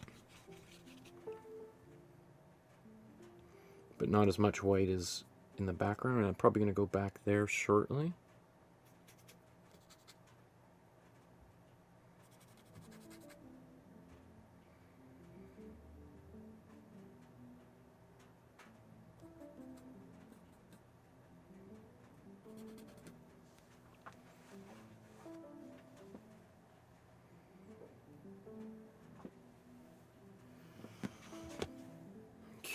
Let's just get a little bit.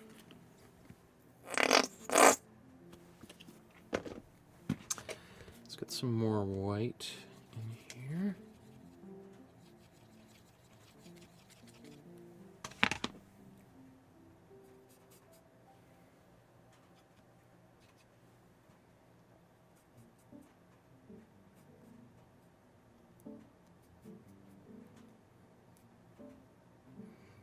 There's Lolly in the chat now. Awesome to see you, Lolly.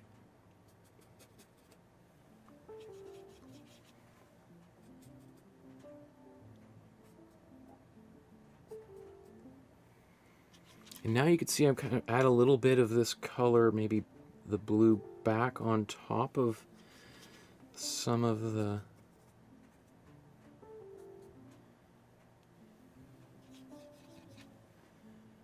front of things a bit.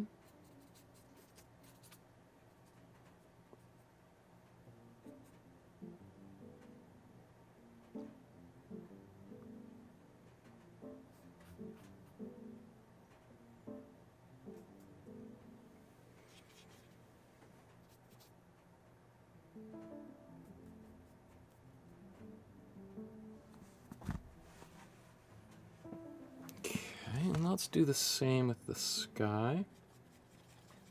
Again, I'm using a small brush to do this.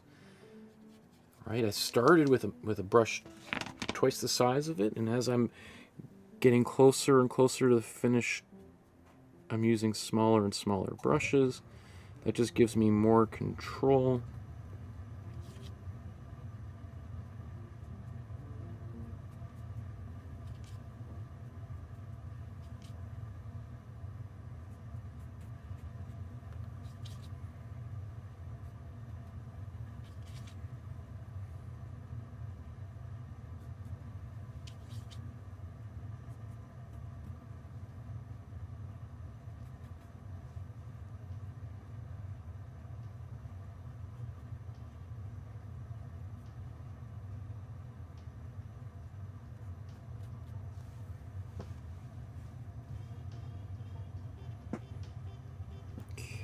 Okay.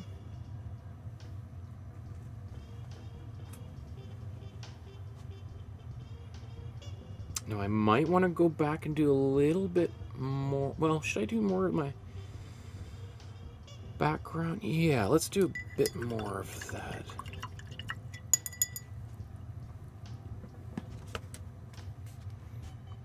Let's take some more white. And our cool yellow.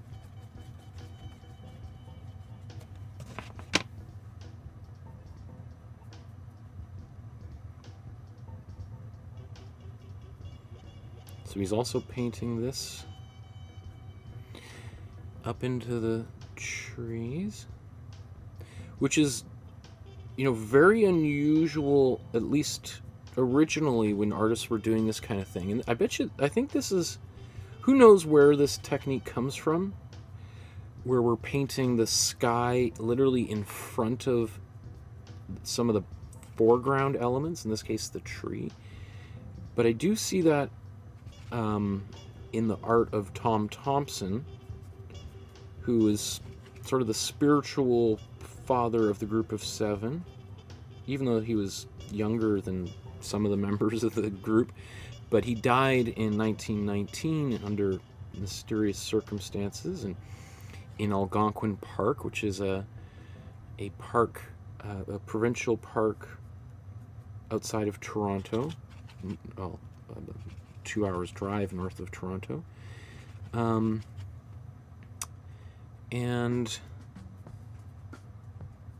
he was mostly a self-taught artist. He had taken some classes with some evening classes, but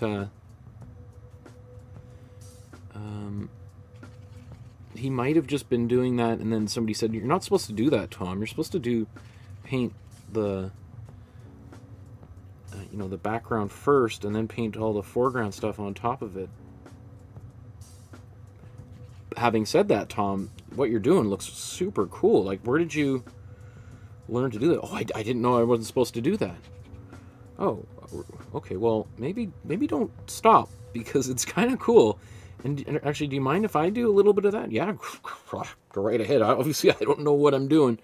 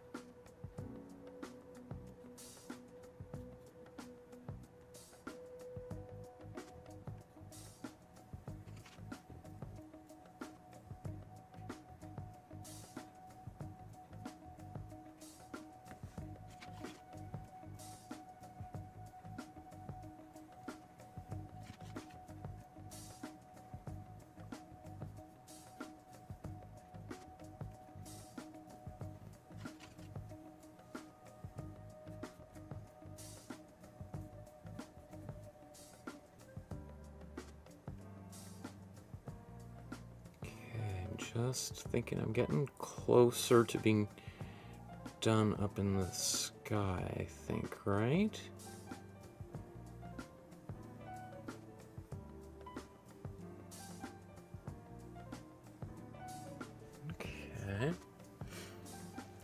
That's okay. Oh, maybe just...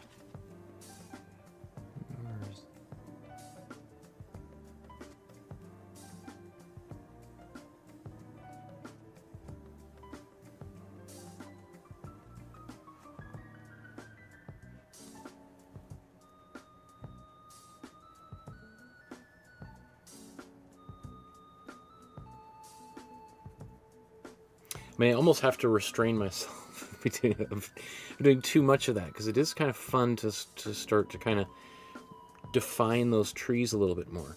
And I think it's important to notice that, you know, as I've been painting, the trees have kind of, you know, the first things I did there was those darker lines for the trees, and then they kind of disappeared, and then they reappeared, and then they disappeared, and then they come, and I think that's important to remember as if you're a beginner painter, that it's not like something stays there and it's done and then you move on.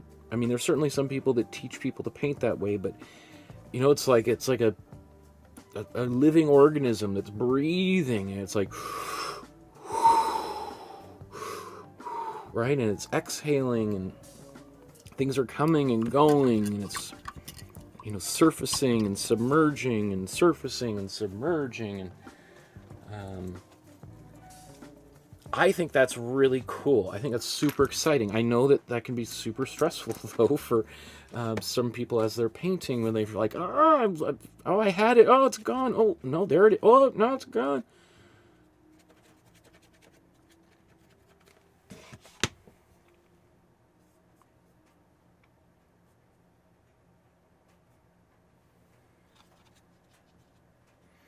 So I'm taking my warm red and my cool red, mixing them together a little bit here.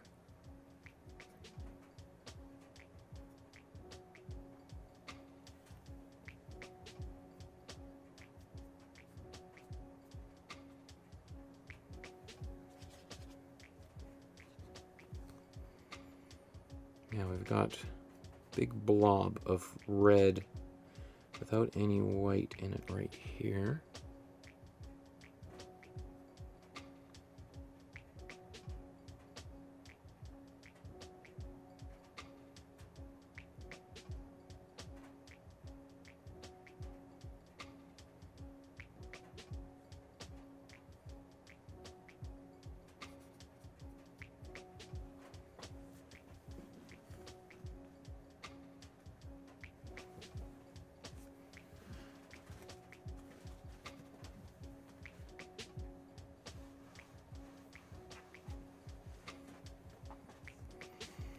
Okay.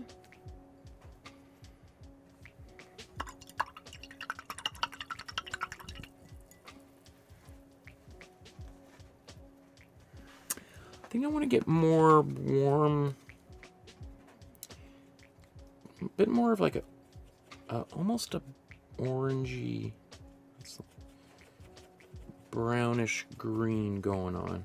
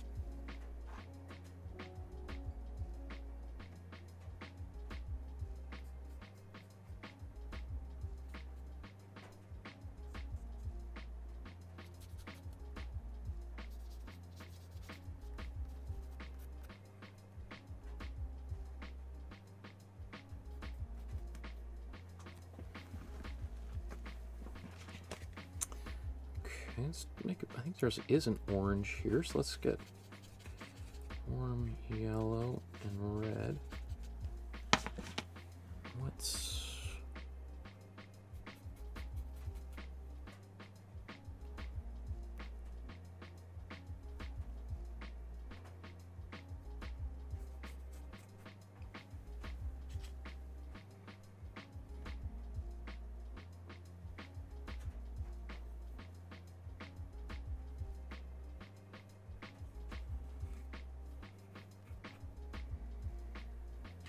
So there's that in the tree there.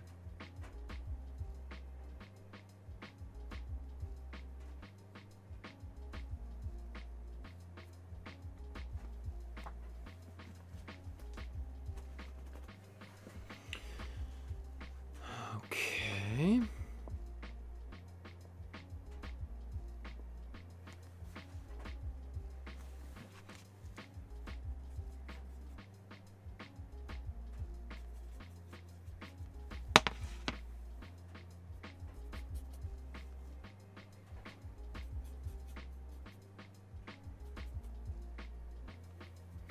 So I'm rarely washing my brush at this point either, right?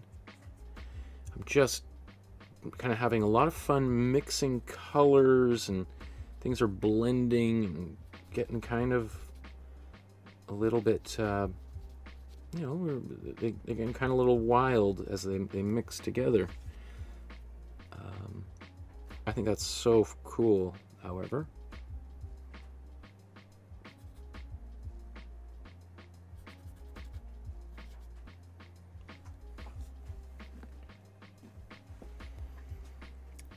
I do feel a little bit compelled to put a bit of this up here.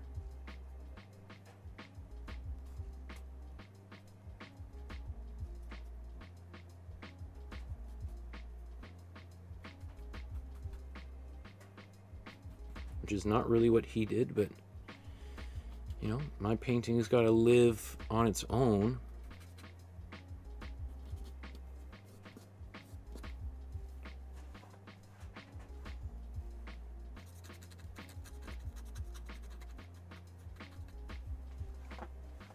Okay. Let's take our dark color again. Let's get some more of this warm blue and my black together.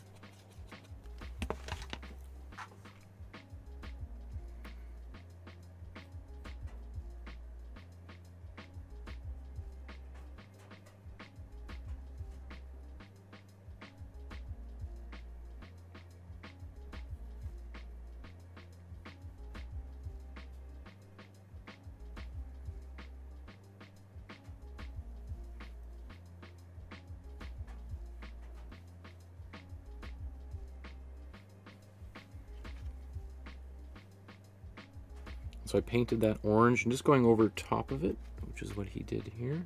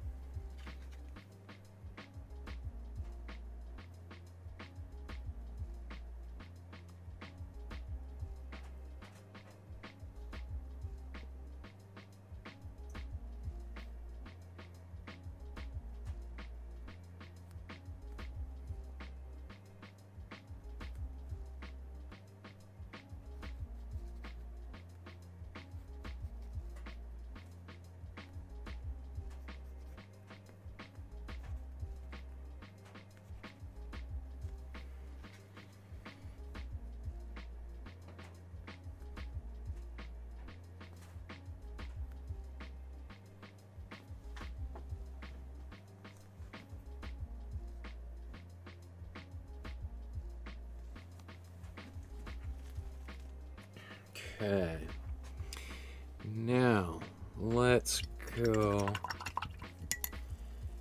into the white. So I'm going to take white right out of the tube.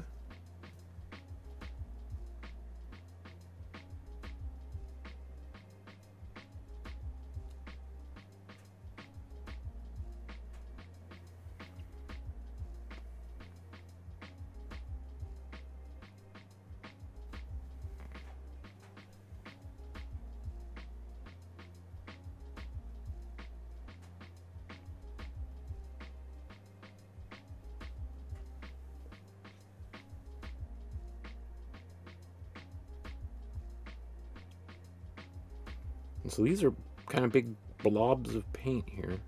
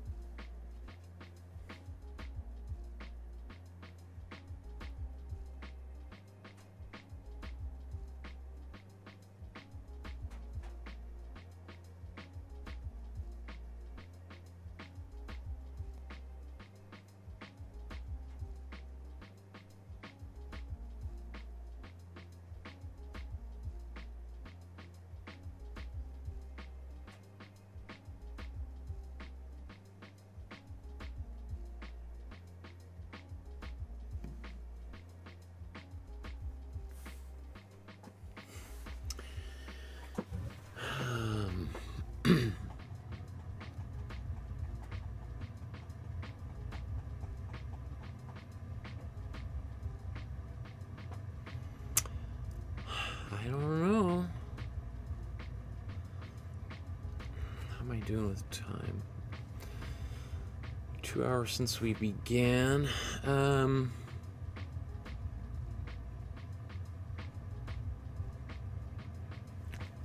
So I'm just looking at both paintings, just trying to think if there's anything that could be done, should be done. I am fascinated by these figures, especially this fellow here. I mean, let's zoom in on that, because it's just, I always find this kind of just the genius part of Impressionism, where we have something that is just a couple blobs of paint. But I don't know about you, but I look at that and it looks like there's a guy sitting cross-legged next to a woman on a bench. And I mean, how an artist manages to create that illusion.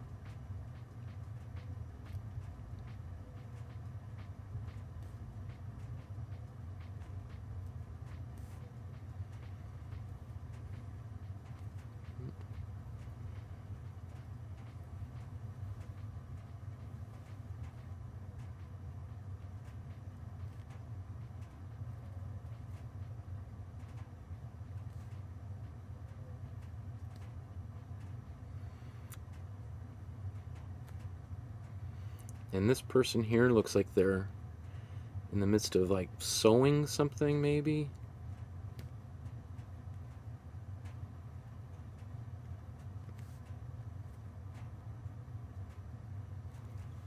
Oh, and is that like the bench? Or maybe is this a dog right there?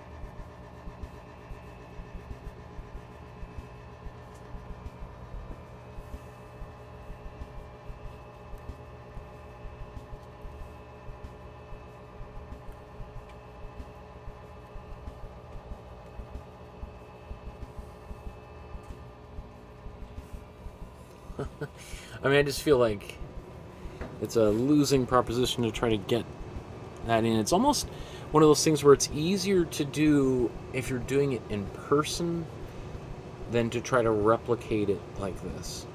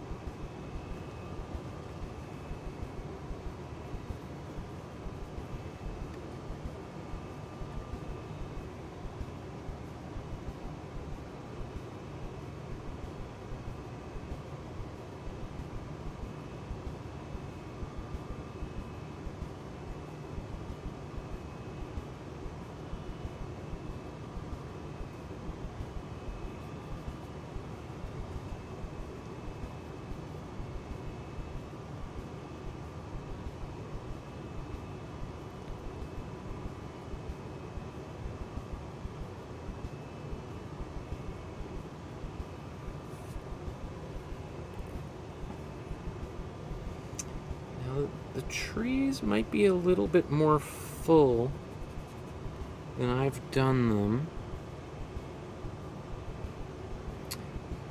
but I might be content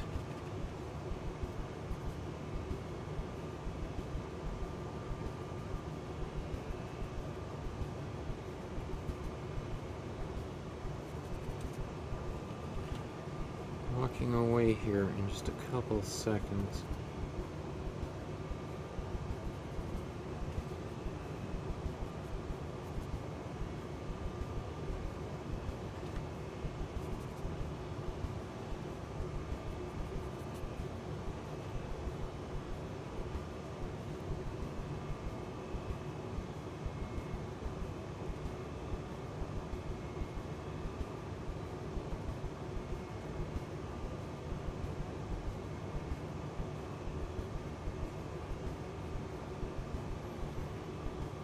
Now again, I'm taking a dark color. I'm just going back into some of the branches.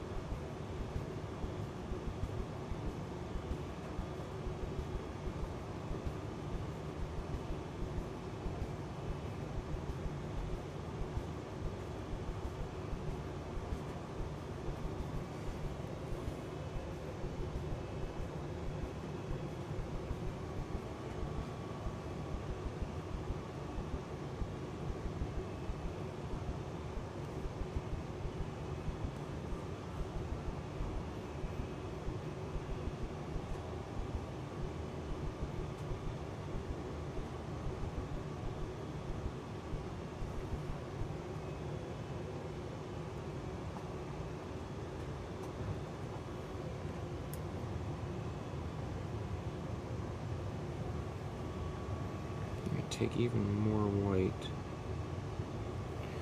make that even bigger.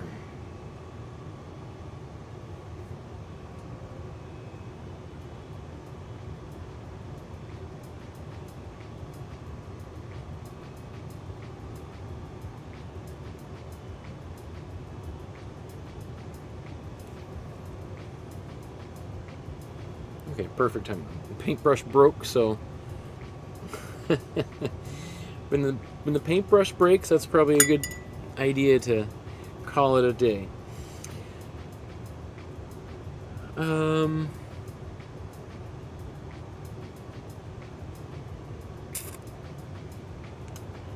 I do feel like I want to put just a little bit more warm yellow in here, though.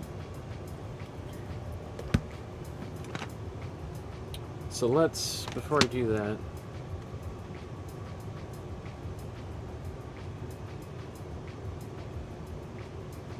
okay, so let's do our quick little finishing touches. There's really only maybe 2 minutes more work I want to do on this, but I think I'm pretty close to where I want to be. I think I just want a little bit slightly warmer golden color that the warm yellow is going to provide here.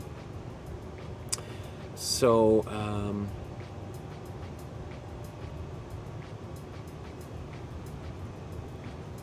I take my warm yellow.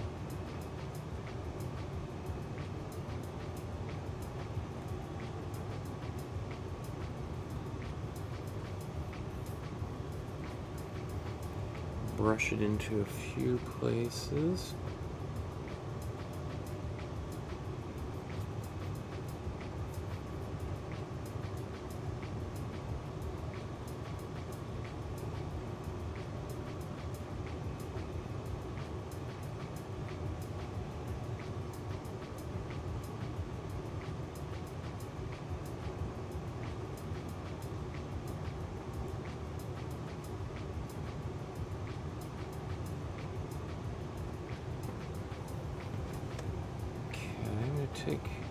Actually, let's see what happens if I take my warm yellow and cool, so warm yellow and cool blue together.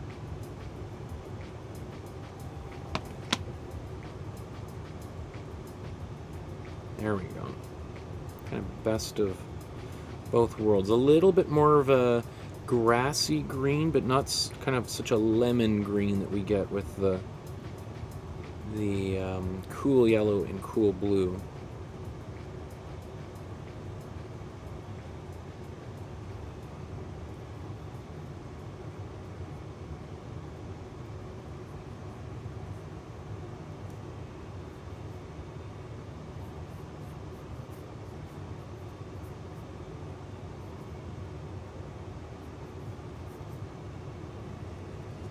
So it still feels very forward, like it's leaping forward, that color.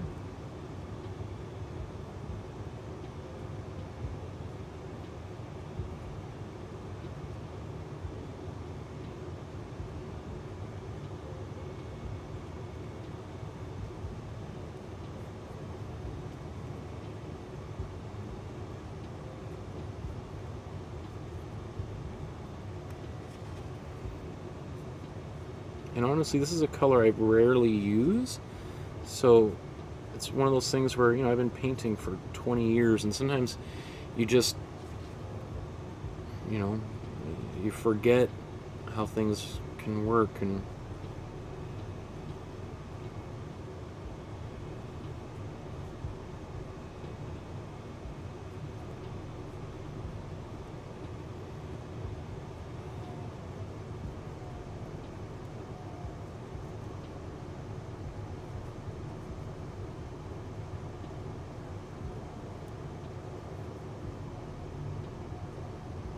I better stop pretty soon here, otherwise I'm going to overwork this painting.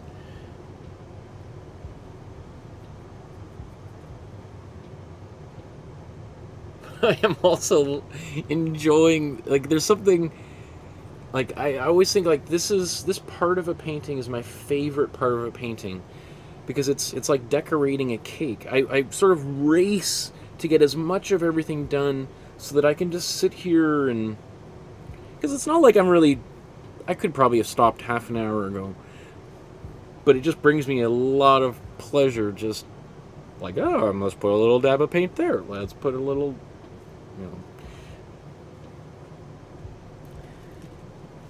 But I think I can walk away feeling happy.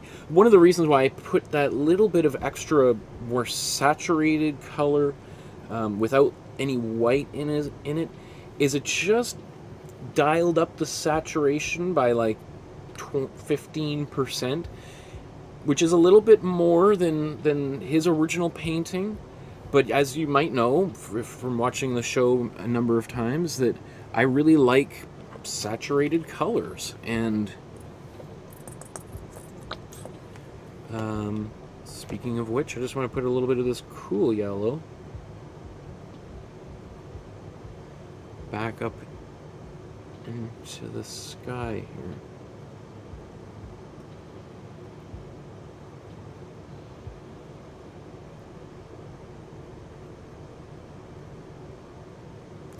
Probably, okay. Sometimes I just need somebody to yank the paintbrush out of my hand.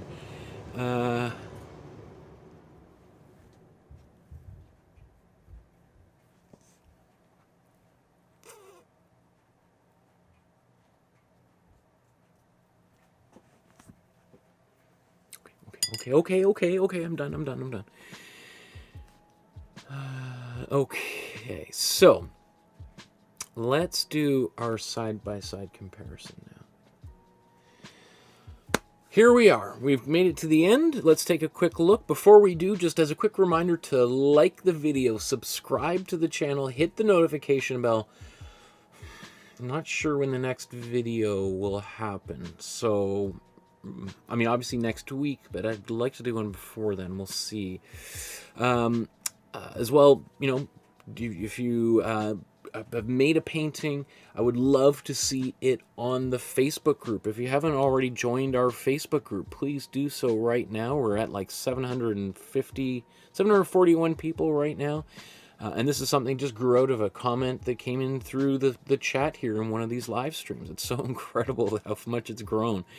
Also, if you want to support the channel with a small donation, as little as 25 cents or $1, that would be awesome. Every little bit counts. You know, if everyone gave 25 cents, that would add up to a lot. That would be amazing. And then I'd be able to do this full time, right? Don't tell my publisher that.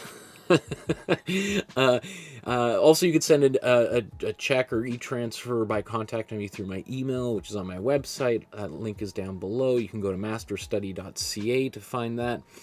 Not .com. They tried to sell me that domain name for like $12,000. I was like, no. I have .ca, which is the Canadian, what is it? Not prefix, suffix? Is that what it's called? Domain. So anyway, masterstudy.ca is a link to my website. Anyway, so let's see how these matched up.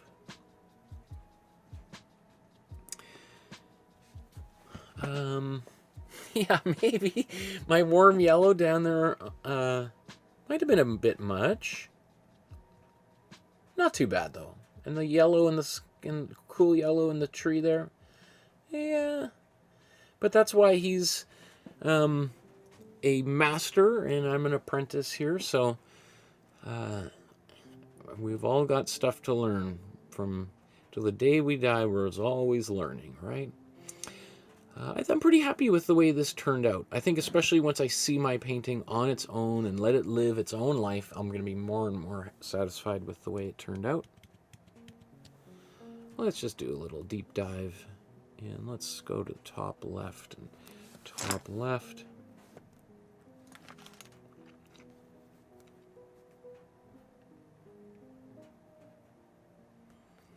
Yeah, I think that's okay. It's almost, you could see that he's painting even faster than I was. You know, again, as I said, I think he probably did this in about 45 minutes. Just going really, really quickly.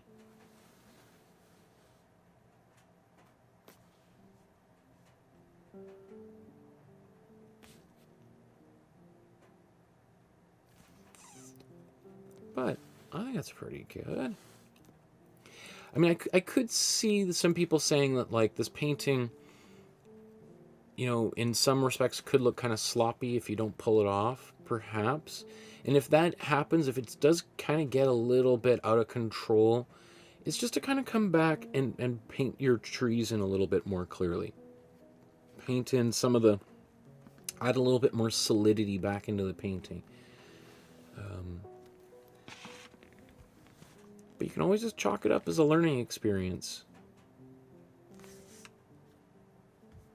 Come on, let's go, oops, let's go down. There we go. Man, I just think it is just amazing. Like, I mean, it almost even looks like this guy is leaning over. I don't know. I mean, this becomes kind of undefined, but it looks like this guy's almost got his hand in his pocket. Maybe he's got his pipe or a wedding ring. He's gonna propose or something. And there's this woman sitting next to him on a bench knitting, and she's like, "Oh, run away, girl, run away. He's a sleazebag." And she's just trying not to pay attention, or she's, you know, listening in, snooping to that conversation. And then over here on the far side, I don't know what this is, if that's like a light post or something, perhaps. And then maybe is that a dog running after a frisbee? I don't know if there was frisbees back then. Oh, I do notice. And so this also looks like, to me, like a woman with like a, you know, a big hat on and a white dress. Maybe a couple children, or maybe, yeah. But I do feel like I notice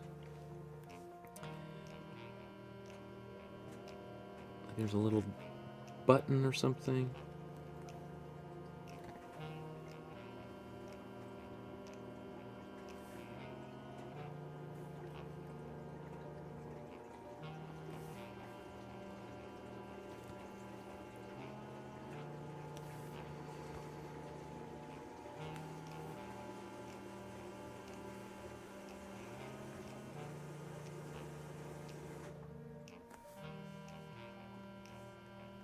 Who knows, right? Who knows what's going on? And that's kind of the fun of this type of painting, the whole impressionist approach, is even just that kind of attempt at discovery, or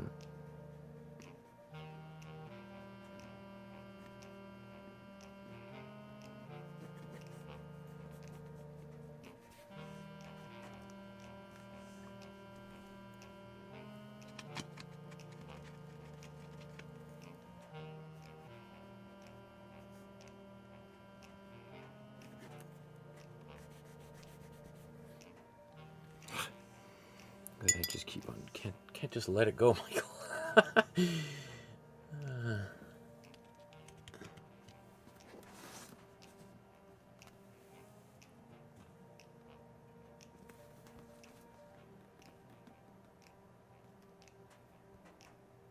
Maybe that was, that's just, maybe I'll just wipe that away.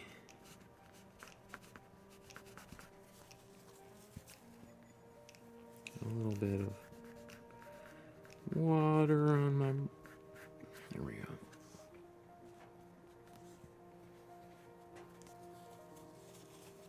Okay. You never know until you try it, right? And then if you don't like it, just wipe it away. That's the magic of acrylic paint. Looking good. Okay, thank you everyone for painting along with me. I can't wait to see what you've created today. I know there were so many things in the chat, and I didn't get a chance to get to it all. But I mean, there was all of our wonderful folks here, and a couple of new people here. Chatty in there. Welcome, Chatty. Of course, there's Kathy and Deborah and Lolly and Sandra. There was Paula there earlier. I'm just quickly scroll, see if I missed anybody. Nikki was there. Runso 507. It looks like a long conversation you guys were having there. Brig saying hi from Florida. Which is, well, it's darker there right now, I bet. Well, thanks everybody. We'll see you guys in our next episode. The next 5 or 6 episodes are all dedicated to some of the great women artists of our time to celebrate Women's History Month. I know it's already Women's History Month right now. I just didn't have time to really fully devote and give attention to some of the artists that we're going to be talking about their proper due. That's why I went back to Edwin Holgate. But some of them, my favorite paintings of all time are coming up, let's say, in the next month. So we'll get to that. Thank you so much. We'll talk to you guys again soon. Have a great night. Good night. Bye-bye.